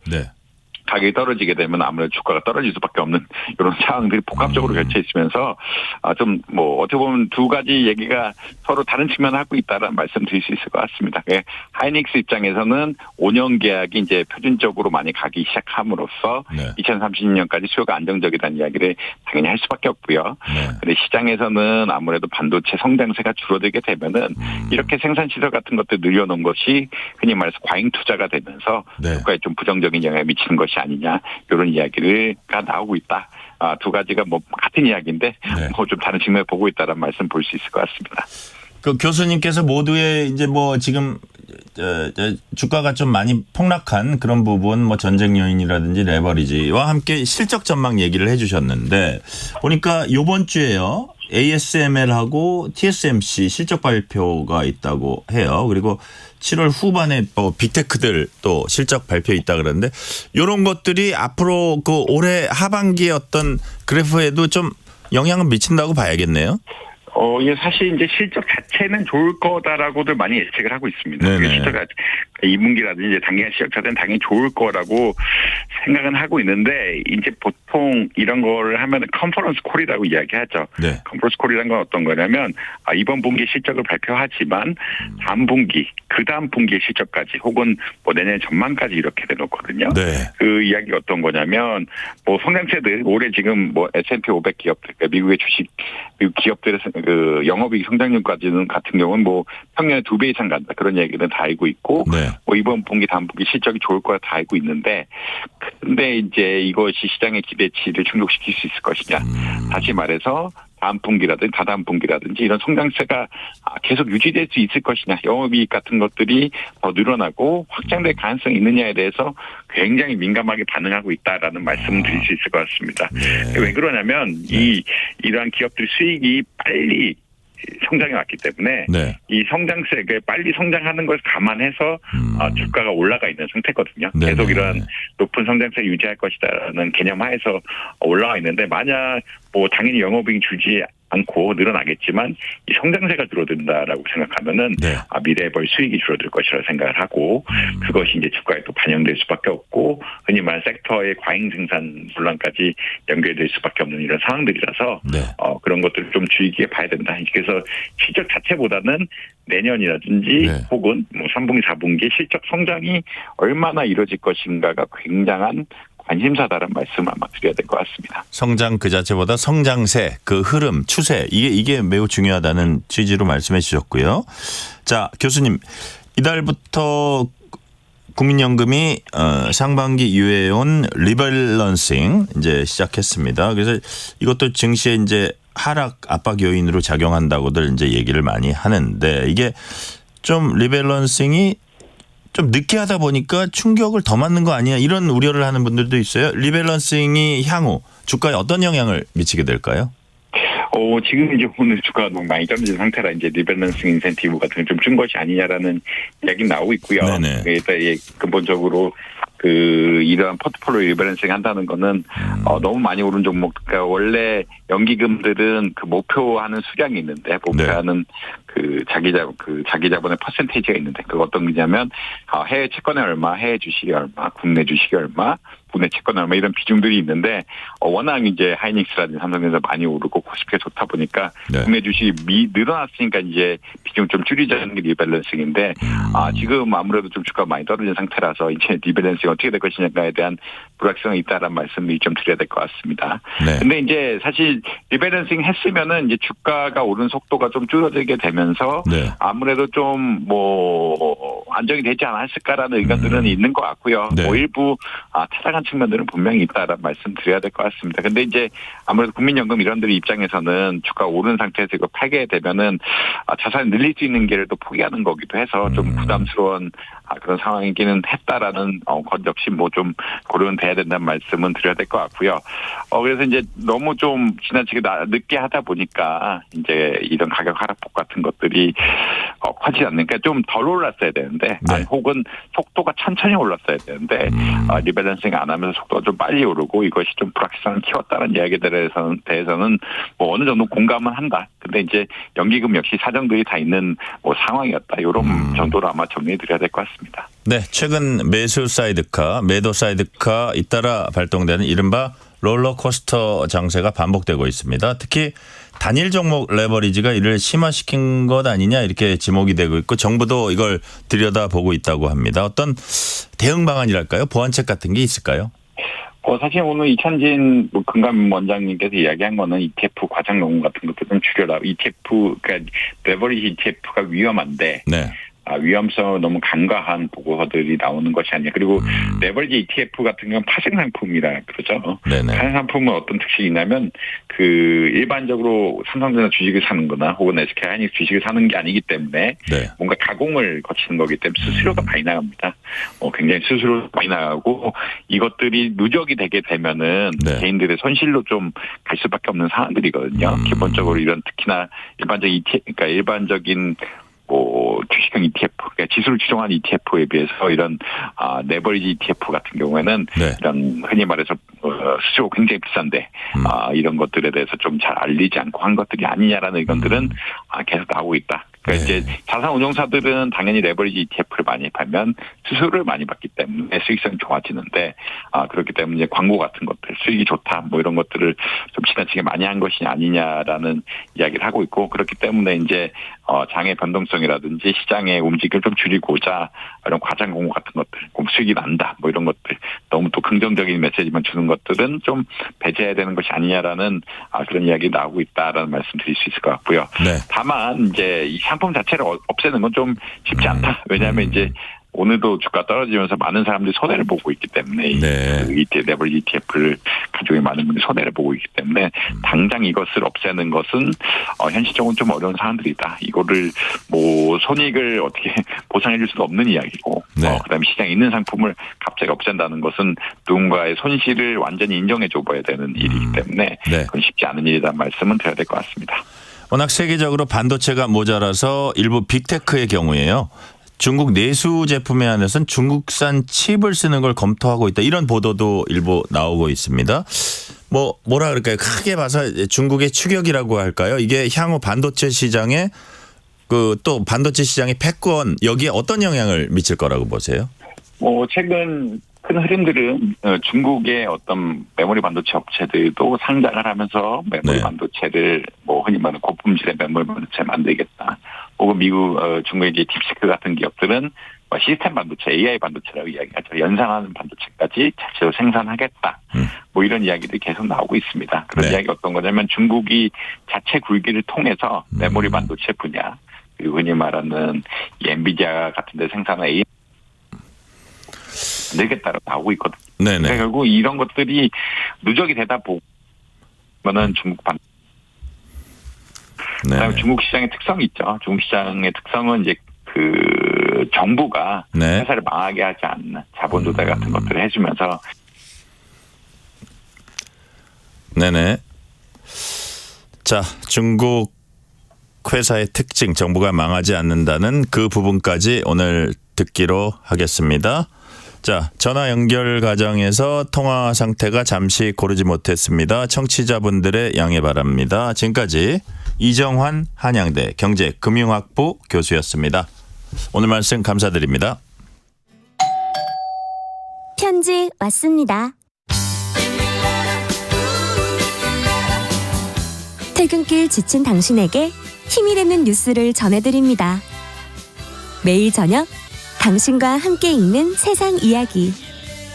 KBS 1라디오 뉴스레터 K.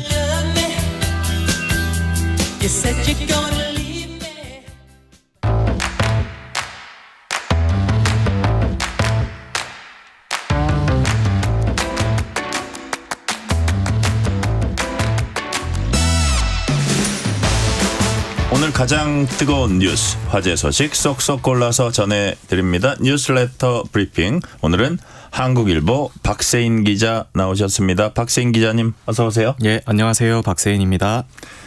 호르무즈 해협을 둘러싼 미국과 이란의 갈등이 다시 커지는 분위기입니다. 종전 협상에 나선 지 아직 한 달도 되지 않은 시점입니다. 지금 양국이 구체적으로 어떻게 충돌하고 있어요? 네, 오늘 미국의 공격 소식부터 알려드리자면요. 미국 중부사령부가 소셜 네트워크 서비스 X에 미국 동부 표준시 기준으로 12일 오후 5시, 그러니까 한국 시간으로는 새벽 6시고 이란 시간으로는 12일에서 13일로 넘어가는 자정이었습니다. 네. 이 시간에 이란에 대한 추가 공격을 개시했다고 밝혔습니다. 공격의 명분은 이란 혁명수비대의 호르무즈 해협 재봉쇄 시도에 대한 대응입니다. 중부사령부가 그 X에 썼던 글을 보면요. 네. 호르무즈 해협을 자유롭게 지나는 민간 선원과 상선을 공격하는 이란을 약화시키기 위해서 공격에 나섰다. 이렇게 설명을 했고요. 로이터 통신은 이란 남부 해안 도시 그리고 핵심 도서 지역에서 연쇄적인 폭발음이 들렸다고 보도했는데요. 호르무즈 해협의 관문으로 불리는 이란 남부의 항구 도시 반다르 아바스 외곽 지역을 비롯해 게슘, 자스크 이런 섬에서 폭발음이 들렸다고 하고 페르시아만과 접한 지역으로 제가 확인을 해보니까 알려졌는데요. 부셰르주, 후제스탄주 이런 쪽에서도 폭발이 발생한 것으로 전해졌습니다. 미국 중부사령부가 이란에 대한 공격을 처음 재개한 것은 미국 시간으로 지난 8일부터인데요. 네. 이것도 마찬가지로 이란이 호르무즈 해협을 통과하던 상업선박 3척에 대해서 공격을 해서 이에 대응하는 차원이라고 밝혔습니다. 그 미국 측에서는 휴전협정 위반이라고도 지적을 했고요. 11일에도 이란 혁명수비대가 호르무즈 해협을 통과하던 키프로스 선적의 컨테이너선을 공격을 했다면서 미국이 이란 남부에 있는 주요 군사시설에 대한 공습을 재개했다고 밝혔습니다. 이때는 별도의 공지를 통해서 전투기, 드론, 정밀 유도무기 등을 활용해서 이란 내 군사 목표물을 약 140곳을 타격했다고 밝혔습니다. 이런 상황에서 도널드 트럼프 미국 대통령도 직접 나섰는데요. 네. CNN, MBC 등과의 인터뷰에서 우리는 그들을 매우 강하게 공격했다. 호르무즈는 열려있다고 했습니다. 마찬가지로 지금 협상 상황에서 이란이 호르무즈를 계속 공세를 하려는 듯한 이런 모습이 보이니까는 미국이 이거를 방지하기 위해서 공격을 했다는 얘기를 하려고 하는 건데요. 트럼프 대통령은 심지어 우리는 그들과 마지막으로 회담을 했고 합의에 동의했고 우리에게 완벽한 협의였다. 그런데 그들은 모든 것을 포기하고 회의장을 나간 뒤 1시간도 안 돼서 드론을 발사하고 함선을 추격시켰다. 합의를 했는데 그렇게 합의를 또 깨고 이렇게 공격을 했다. 그래서 우리가 다시 공격할 수밖에 없었다. 이런 논리를 펼치고 있습니다. 그래요. 어쨌든 그 트럼프 대통령이 이제 주장이고 뭐 이란도 주장하는 바가 있을 거고요. 네. 이걸 지켜보는 세계인들은 아니 무슨 종전 협상한다고 저렇게 그거 하더니 와가지고 서로 막 이렇게 다시 대규모 공격을 한다. 도대체 뭐 하고 있는 거지? 아마 그런 네. 생각을 할 텐데요. 이란이 호르무즈 해협을 통과하는 상선에 대해서 공격하기 시작한 뭐 계기는 있을 것 같아요. 어떤 걸까요? 예, 일단 지난달 17일에 종전과 관련한 양해각서를 서명을 했고 60일 동안 휴전을 하자고 했었잖아요. 네. 한 24, 5일 정도 지나가지고 다시 공격을 시작을 한 건데 이게 보니까는 그 하메네이 전 최고 지도자에 대한 장례식을 계기로 해서 강경파의 목소리가 되게 커진 걸로 지금 분석이 나오고 있습니다. 워싱턴 포스트의 분석에 따르면 이란 지도부가 강경 노선을 강화하면서 트럼프 대통령의 대응 의지를 시험하고 있다 이렇게 평가를 했고요. 그래서 보면은 강경파의 아까 방금 이제 장례식 과정에서라고 얘기를 했는데 네네. 장례식 때 미국과의 협상에 반대하는 지지층들의 목소리가 더 크게 부각됐다고 얘기를 하고요. 조문객들은 배신자들에게 죽음을 이런 구호를 외쳤는데 결국 이란 내부에서도 미국과 협상을 하자 이런 협상파들을 향해서 배신자라고 낙인을 찍고 이제 경고를 하면서 그 사실 장례식장에 나오는 사람들이면 또 강경파들이 많을 거잖아요. 그런 것들이 더 부각이 된 게 아닌가 싶고요. 그리고 11월에 미국 중간 선거가 있다 보니까 트럼프 대통령이 그때까지는 안 갈 거다. 장미적인 전면전을 원하지는 않을 거다. 이런 판단도 깔려 있는 것으로 보입니다. 네. 법원으로부터 회생 절차 폐기 결정 통보받은 홈플러스가 결국 임시 영업 중단을 하기로 했습니다. 회생 종결까지 일주일가량 남았죠?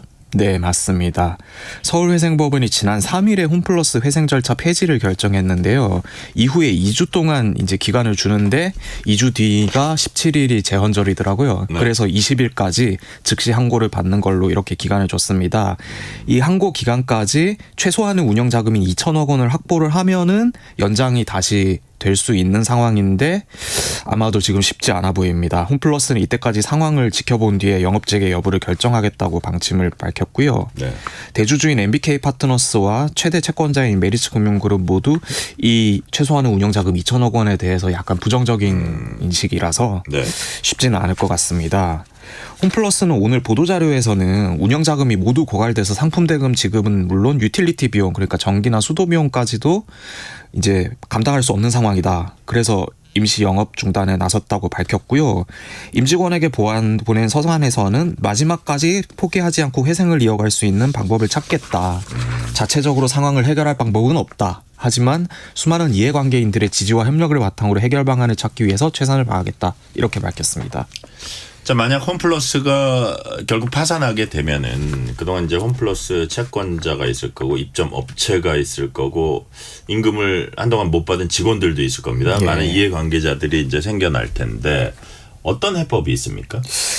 일단은 방금도 말씀드렸듯이 운영자금까지도 없는 상황이라서 네네. 현금이 없어서 당장 해결이 되기는 어려울 것 같고요. 그래요. 청산 절차가 꺼지면은 방금 말씀하셨던 그런 사람들이 다 모여서 이해관계자 집회 같은 거를 해서 이제 정리를 해야 될 텐데요.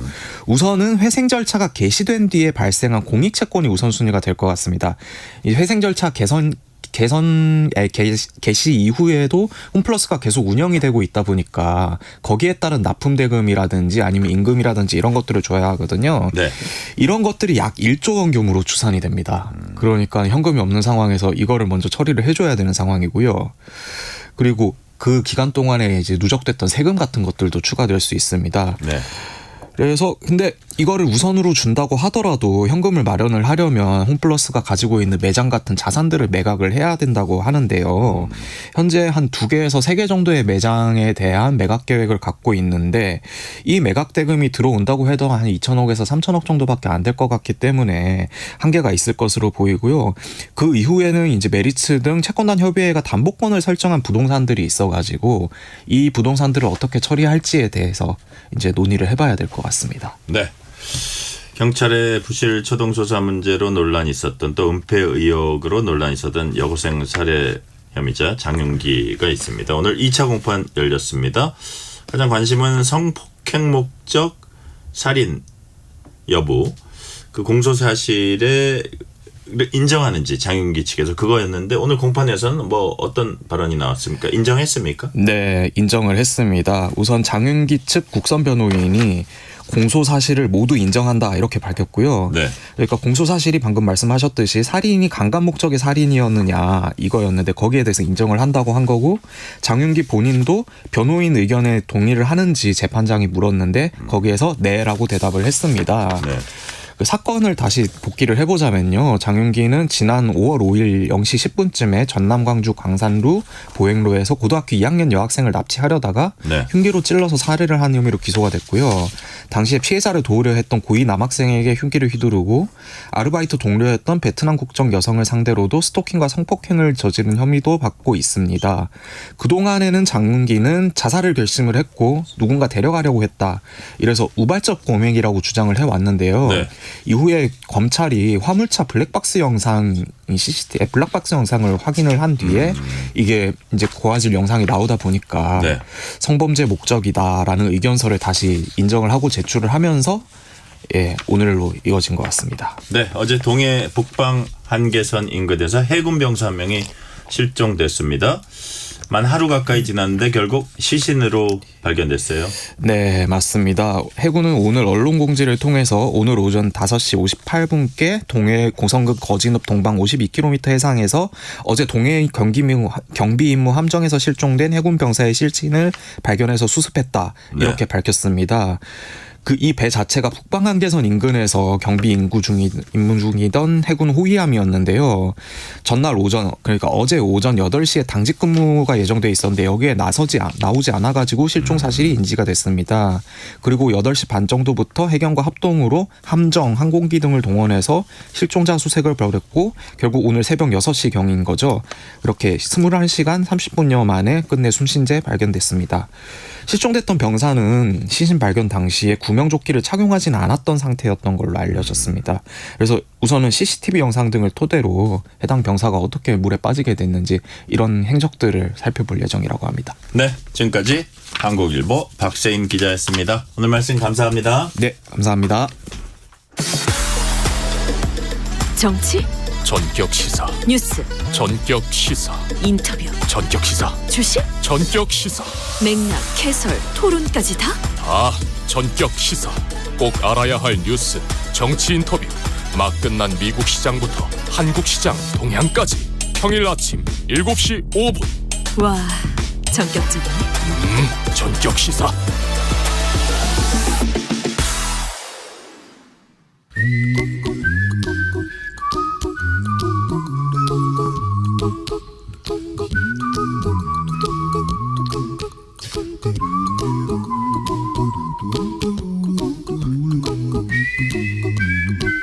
돈 걱정, 경제 걱정, 미래 걱정, 돈 워리. 전문가와 함께 모든 경제 걱정 해소해드리는 시간입니다. 오늘도 권혁중 경제평론가 나오셨습니다. 권혁중 평론가님 어서 오세요. 네, 안녕하십니까. 미국과 이란 사이 긴장 다시 높아졌습니다. 미국은 이란에 대한 대규모 공습 강행했고 이란도 맞불 놓으면서 호르무즈 해협 봉쇄로 맞서고 있습니다. 자, 세계 경제 목줄을 쥔 중동 전쟁 상황인지 알아볼게요. 평론가님, 네. 호르무즈 해협 실제로 다시 뭐라 그러나요? 봉쇄 그렇게 닫힌 겁니까? 지금 이제 국제해상감시기구라고요. 그 네. 합동해상정보센터라고 있습니다. 그 JMIC라고 보통 부르는데요. 여기서 이제 나온 자료를 보면은 일요일 네. 기준으로 봤을 때 해협 남쪽 항로를 통한 통항은 여전히 가능하다라고 네. 지금 조사가 됐고 이게 블룸버그라든지 외신 보도를 통해서 이제 알려지고 있습니다. 그래서 일부 항로는 아직 봉쇄되지 않았다 이렇게 보고 있는데요. 하지만 지금 미국과 이란이 계속적으로 지금 부딪히고 있다 보니까 네. 이마저도 지금 막힐 수도 있다 이런 얘기가 나오고 있죠. 그래서 지금 시장에선 좀 긴장감이 높아지고 있는 상태고. 뭐 시장에서 이런 얘기를 합니다. 또 악몽이 또 떠오르는 거죠. 그러니까요. 예, 전쟁 터졌을 때 주가에 대한 1차적인 충격이 있었는데 지금 가뜩이나 지금 반도체 이 변동성이 너무 심한 와중에 이 와중에 전쟁까지 더 얹혀버리면 시장이 이게 회복할 수 없는 영역까지 갈 수 있다. 이렇게 우려감이 지금 계속 나오고 있고 그래서 지금 악재가 쌓이고 있는 지금 경제에 이제는 이런 상황이 벌어지고 있다고 판단해 보겠습니다. 네, 중동 바닷길이 막히면 우선 한국 선박, 한국인 선원 안전 어떻게 되나 이거 하나 있고요. 두 번째는 원유, 즉 에너지 공급 어떻게 되냐 우리가 이제 걱정을 하게 됩니다. 네.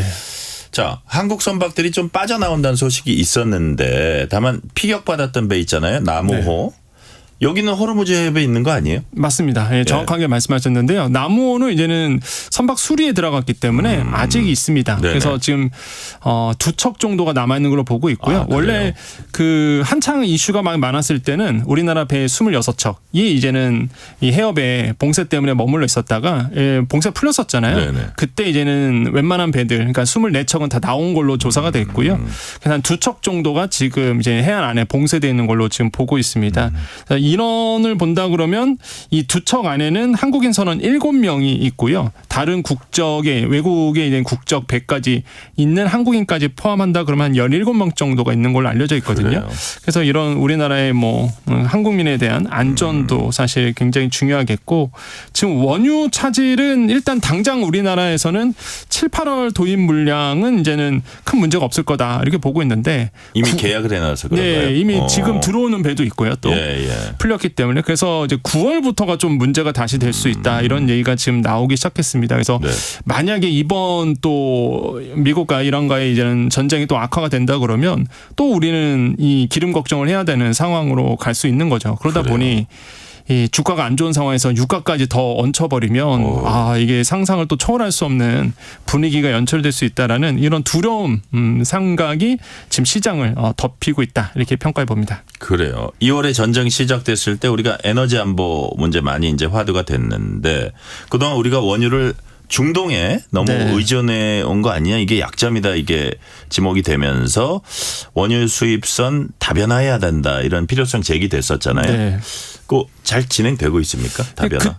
그때는 이제 다변화하려고 하다 보니까 미국산 원유에 대해서는 수입이 좀 늘어났었습니다. 반면에 근데 지금 미국 MOU가 체결된 이후에 미국과 이란과의 그때 이제 좀 분위기가 다시 한번 중동산 원유의 비중이 좀 쏠리게끔 만들었어요. 그래요. 그래서 이제는 지금 10일에 나왔던 대한석유협회의 이제 국내 석유 수급 최신 동향인데요. 여기에 본다 그러면 5월 지난 5월입니다. 국내 원유 도입량이 전년 동기에 비해서 한 22%가 줄었습니다. 근데 오히려 중동산은 54.1%를 기록하면서 아주 조금 늘어났거든요. 그러다 보니까 오히려 중동산은 조금 더 늘어났다 이렇게 이제 평가가 나오는 거고 어떻게 다변할 수 있는 영역이 뾰족치가 않아요. 사실 다변한다 그러면 결국에는 러시아 미국 여기서 갖고 와야 되는데 러시아산 막고 있고 그다음에 미국은 사실 자국도 써야 되는 부분이다 보니까 이것도 사실 또 물량 갖고는 한계가 있고 어쩔 수 없이 우리는 중동산에 좀 계속적으로 퍼센테이지가 많아질 수밖에 없는 영역이다 보니까 이번에 또 이렇게 또 전쟁에 대해서 이슈가 나오면은 또 불안해지는 에너지에 대한 수급에 대한 고민이 또 커질 수밖에 없는 상황으로 갈 것이다라고 시장에서는 예상하고 있습니다. 그래요. 우리가 7, 8월 계약 물량은 들어오니까 그 2달 한 달 반은 이제 버틴다고 했는데 당장 전쟁 리스크 커지면은 국제 유가가 오르잖아요. 실제로 올랐습니까? 근데 많이 오를 줄 알았어요, 저는. 그래요? 근데 오르긴 올랐습니다. 아마 4% 전날 대비해서 오르기도 하고 지금 오늘 같은 경우는 전일 대비해서죠. 1.88% 서부 텍사스유 같은 경우가 그래서 한 $72고요. 그다음에 브렌트유가 $77, 두바이유가 이제 $69 선에 이제 형성돼 있어요. 근데 생각보다는 저는 많이 안 올랐다고 보여지거든요. 그래요. 과거에 미국과 이란의 전쟁이 탁 터졌을 때 물론 그때도 서서히 계속 올라갔지만은 지금의 이제는 2차에 대해서 이번 이슈가 생각보다는 지금 유가에 큰 영향은 주고 있지 않다라고 좀 보고는 있습니다. 물론 관점이 다 다르겠지만 하지만 이게 또 장기화가 된다 그러면 계속 이제는 계단식으로 올라갈 가능성이 굉장히 크거든요. 그렇기 때문에 시장에서는 아마 그런 것 같아요. 일단 완전히 봉쇄된 건 아니다 보니까 그러다 보니까 좀 탈출구가 마련되어 있는 거 아니냐 이렇게 좀 시장에서는 생각을 좀 하고 있는 것 같습니다. 그래요. 자, 예를 들어서 이제 전쟁 리스크 있을 때 미국 증시도 많이 휘청이는데 이번 주에는 여기도 좀 관망하나요? 어떻게 될 걸로 보세요? 이번 주는 변동성이 굉장히 심할 거라고 보고 있고요. 왜냐하면 지금 아시겠지만은 여러 가지 이슈가 있었습니다. 오늘 크게 빠졌던 이슈가 여러 가지가 있었죠. 중동에 대한 이슈도 있었고, 그다음에 금리 인상에 대한 또 이런 부분들이 또 시장 영향을 줬고, 차익 실현 매물 크게 한번 나왔었고요. 블룸버그가 오늘 이런 얘기를 했더라고요. SK하이닉스에 대해서 이 도파민이 이제 분비된 상태였고, 그다음에 일시적으로 상승을 했는데 지금은 이 도파민의 숙취.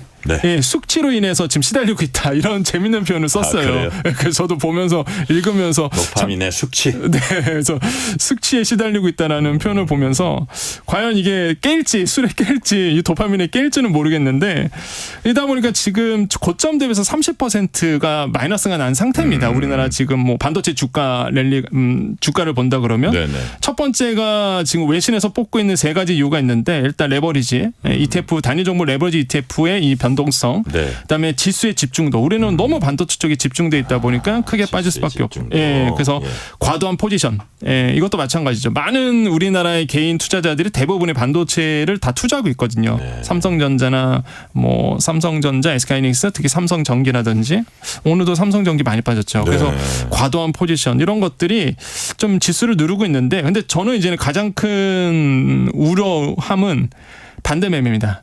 일단은 못 버티고요. 오늘 너무 많이 크게 빠졌기 때문에 제가 봤을 때는 내일 모레부터 이 반대 매매 물량이 쏟아져 나올 거거든요. 그러면 결국에는 강제 청산되는 물량이 나오면 이게 악순환이 돼요. 항상 그래왔습니다. 그러니까 이게 안 빠져야 될 장인데도 이제 더 빠지게 되는 장이 되는 거죠. 왜냐하면 장 초반에 이제 시작하자마자 이 물량이 쏟아져 나오거든요. 반대 매매 물량이. 오늘 거의 정신을 못 차리신 분들 굉장히 많으실 겁니다. 아시겠지만 레버지 ETF 하신 분들은 오늘 진짜 한 30% 빠졌어요. 하루 만에 33%.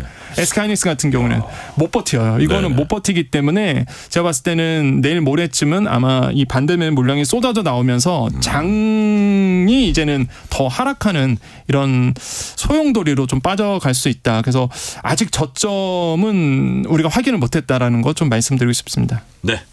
이번엔 주제를 바꿔서요. 이른바 애국개미 얘기해 봅니다. 모나미와 한성기업. 이 두 기업이 애국개미 때문에 살았다. 이런 말이 있어요. 무슨 얘기입니까? 네, 그렇습니다. 이게 아시겠지만 이제 코스닥 기업들은요, 이제 동전주가 퇴출이 됩니다. 그러다 보니까 동전주가 이제 퇴출이 되는 종목 중에서 야, 이 종목은 퇴출되면 안 되는 거 아니야? 이 업황은 이렇게 이제는 투자자들이 생각하셨던 거예요. 그래서 그 기업이 바로 이 모나미, 그다음에 한성 기업이었는데요. 한성 기업이 먼저 좀 시장에 반응을 얻었습니다. 왜냐하면 한성 기업이 아시겠지만 저도 아직 기억나죠. 지금도 많이 먹고 있고 맛살 같은 거를 만드는 회사잖아요. 그렇죠. 예, 근데 여기가 25년 동안 한국 전쟁 참전 용사를 위한 음악회를 열었다라고 이 종목 커뮤니티 사이트에 사람들이 이게 입방에 오른 거예요. 야, 이런 좋은 회사가 마음에 안 든다. 이러면서 야, 여기 투자해야 돼. 근데 이제 투자가 실제 들어갔거든요. 몇몇 분이. 근데 주가가 오르는 거예요. 그러니까 또 개미들 걸 쫓아서 또 들어가시는 겁니다. 그러니까 더 이제 크게 올랐던 부분에 있겠고 모나미도 마찬가지죠. 국민 필기구 기업입니다. 또 우리 또 모나미 안 쓰신 분이 없잖아요. 아이, 그럼요. 예, 그러다 보니까 제 지금 책상에 가도 있어요. 네, 그렇습니다. 그래서 아니 이게 일본 제품 안 썼을 때 모나미가 큰 역할 맞네요. 앞에 보면 그러다 보니까 아니 이 우리나라 유일한 이렇게 그 펜스를 만들고 이런 기업이 망하면 안 되지 이러면서 또 많은 분들이 또 매수를 던졌는데 또 주가가 오르다 보니까 되게 단순히 모나미가 좋아서 들어가기보다는 주가가 오르니까 따라서 또 쫓아 들어가신 분들 나오면서 이 동전주의 채출을 눈앞에 두고 있는 거죠. 그래서 이런 것들이 좀 시장에서 일어나고 있습니다. 네, 일단 두 기업이 상패 위기는 벗어났지만 이게 근본적 해결은 아닐 겁니다. 맞습니다. 코스닥 구조조정 이제 칼바람 불고 있는데 상패 위협받고 있는 다른 상장사들은 지금 어떻게 대응해야 될까요? 일단 시총을 늘려야 되거든요. 그러다 보니까 이제 주식에 대해서 이제 합병을 하는 이런 기업들도 지금 주식 병합이라고 보통 얘기하죠. 그래서 주식 병합을 하고 있는 회사들도 지금 나오고 있고요. 뭐 유중도 하는 회사도 있습니다. 근데 유중하면 당연히 주식의 주주들은 당연히 싫어합니다. 근데 뭐 어쩔 수 없죠. 지금 뭐 유중밖에 답이 없는 기업도 분명히 있을 겁니다. 그래서 시총 늘리기에 좀 나선 부분이 있는데 급한 불을 끄자는 거죠. 근데 다 알고 있습니다. 이게 증자를 통한 사실 시총 늘리기는 사실상 이게 꼼수 중에 하나거든요. 그렇기 때문에 아마 당국도 이거에 대해서 이제 주목을 하고 있는 걸로 알려져 있고요. 어쨌든 간에 지금 칼바람을 피하고자 지금 애를 쓰고 있는 기업들이 계속적으로 나오고 있습니다. 네. 시간이 다 되긴 했는데 짧게 여쭤보니까 짧게 한 말씀 해주세요. 코스피와는 달리 올해 30주년 맞은 코스닥 전반적으로 부진합니다. 이 상황 지금 어떻게 평가하고 계십니까? 너무 많죠. 저는 그렇게 평가합니다. 왜냐하면 출범 당시가 343개였거든요. 지금 코스닥의 상장사들이 1819개사입니다. 너무 많고요. 그다음에 동전주들도 너무 많고 사실 진작 상패가 됐음에도 불구하고 그냥 연명했던 기업들도 너무나 많습니다. 영업이익이 10억 원도 안 나오는 회사도 있어요. 그러니까 이게 말이 안 되거든요. 그러다 보니까 이런 부분에 대해서는 과감한 매스가 들여둬야 되는 건 분명히 맞는 것 같고요. 그래야지만 건강한 코스닥이 되지 않을까 이렇게 생각을 해봅니다. 네, 지금까지 권혁중 경제평론가였습니다. 오늘 말씀 감사합니다. 네, 감사합니다. 오늘 뉴스레터 K는 여기까지입니다. 치킨 쿠폰 당첨자 명단은 뉴스레터 K 홈페이지 확인해 주시고요. 끝곡으로는 셰릴 크로우의 Soak Up the Sun 들으시겠습니다. 오늘도 함께해 주신 청취자 여러분 진심으로 감사드립니다. 지금까지 뉴스레터 K 전종철입니다.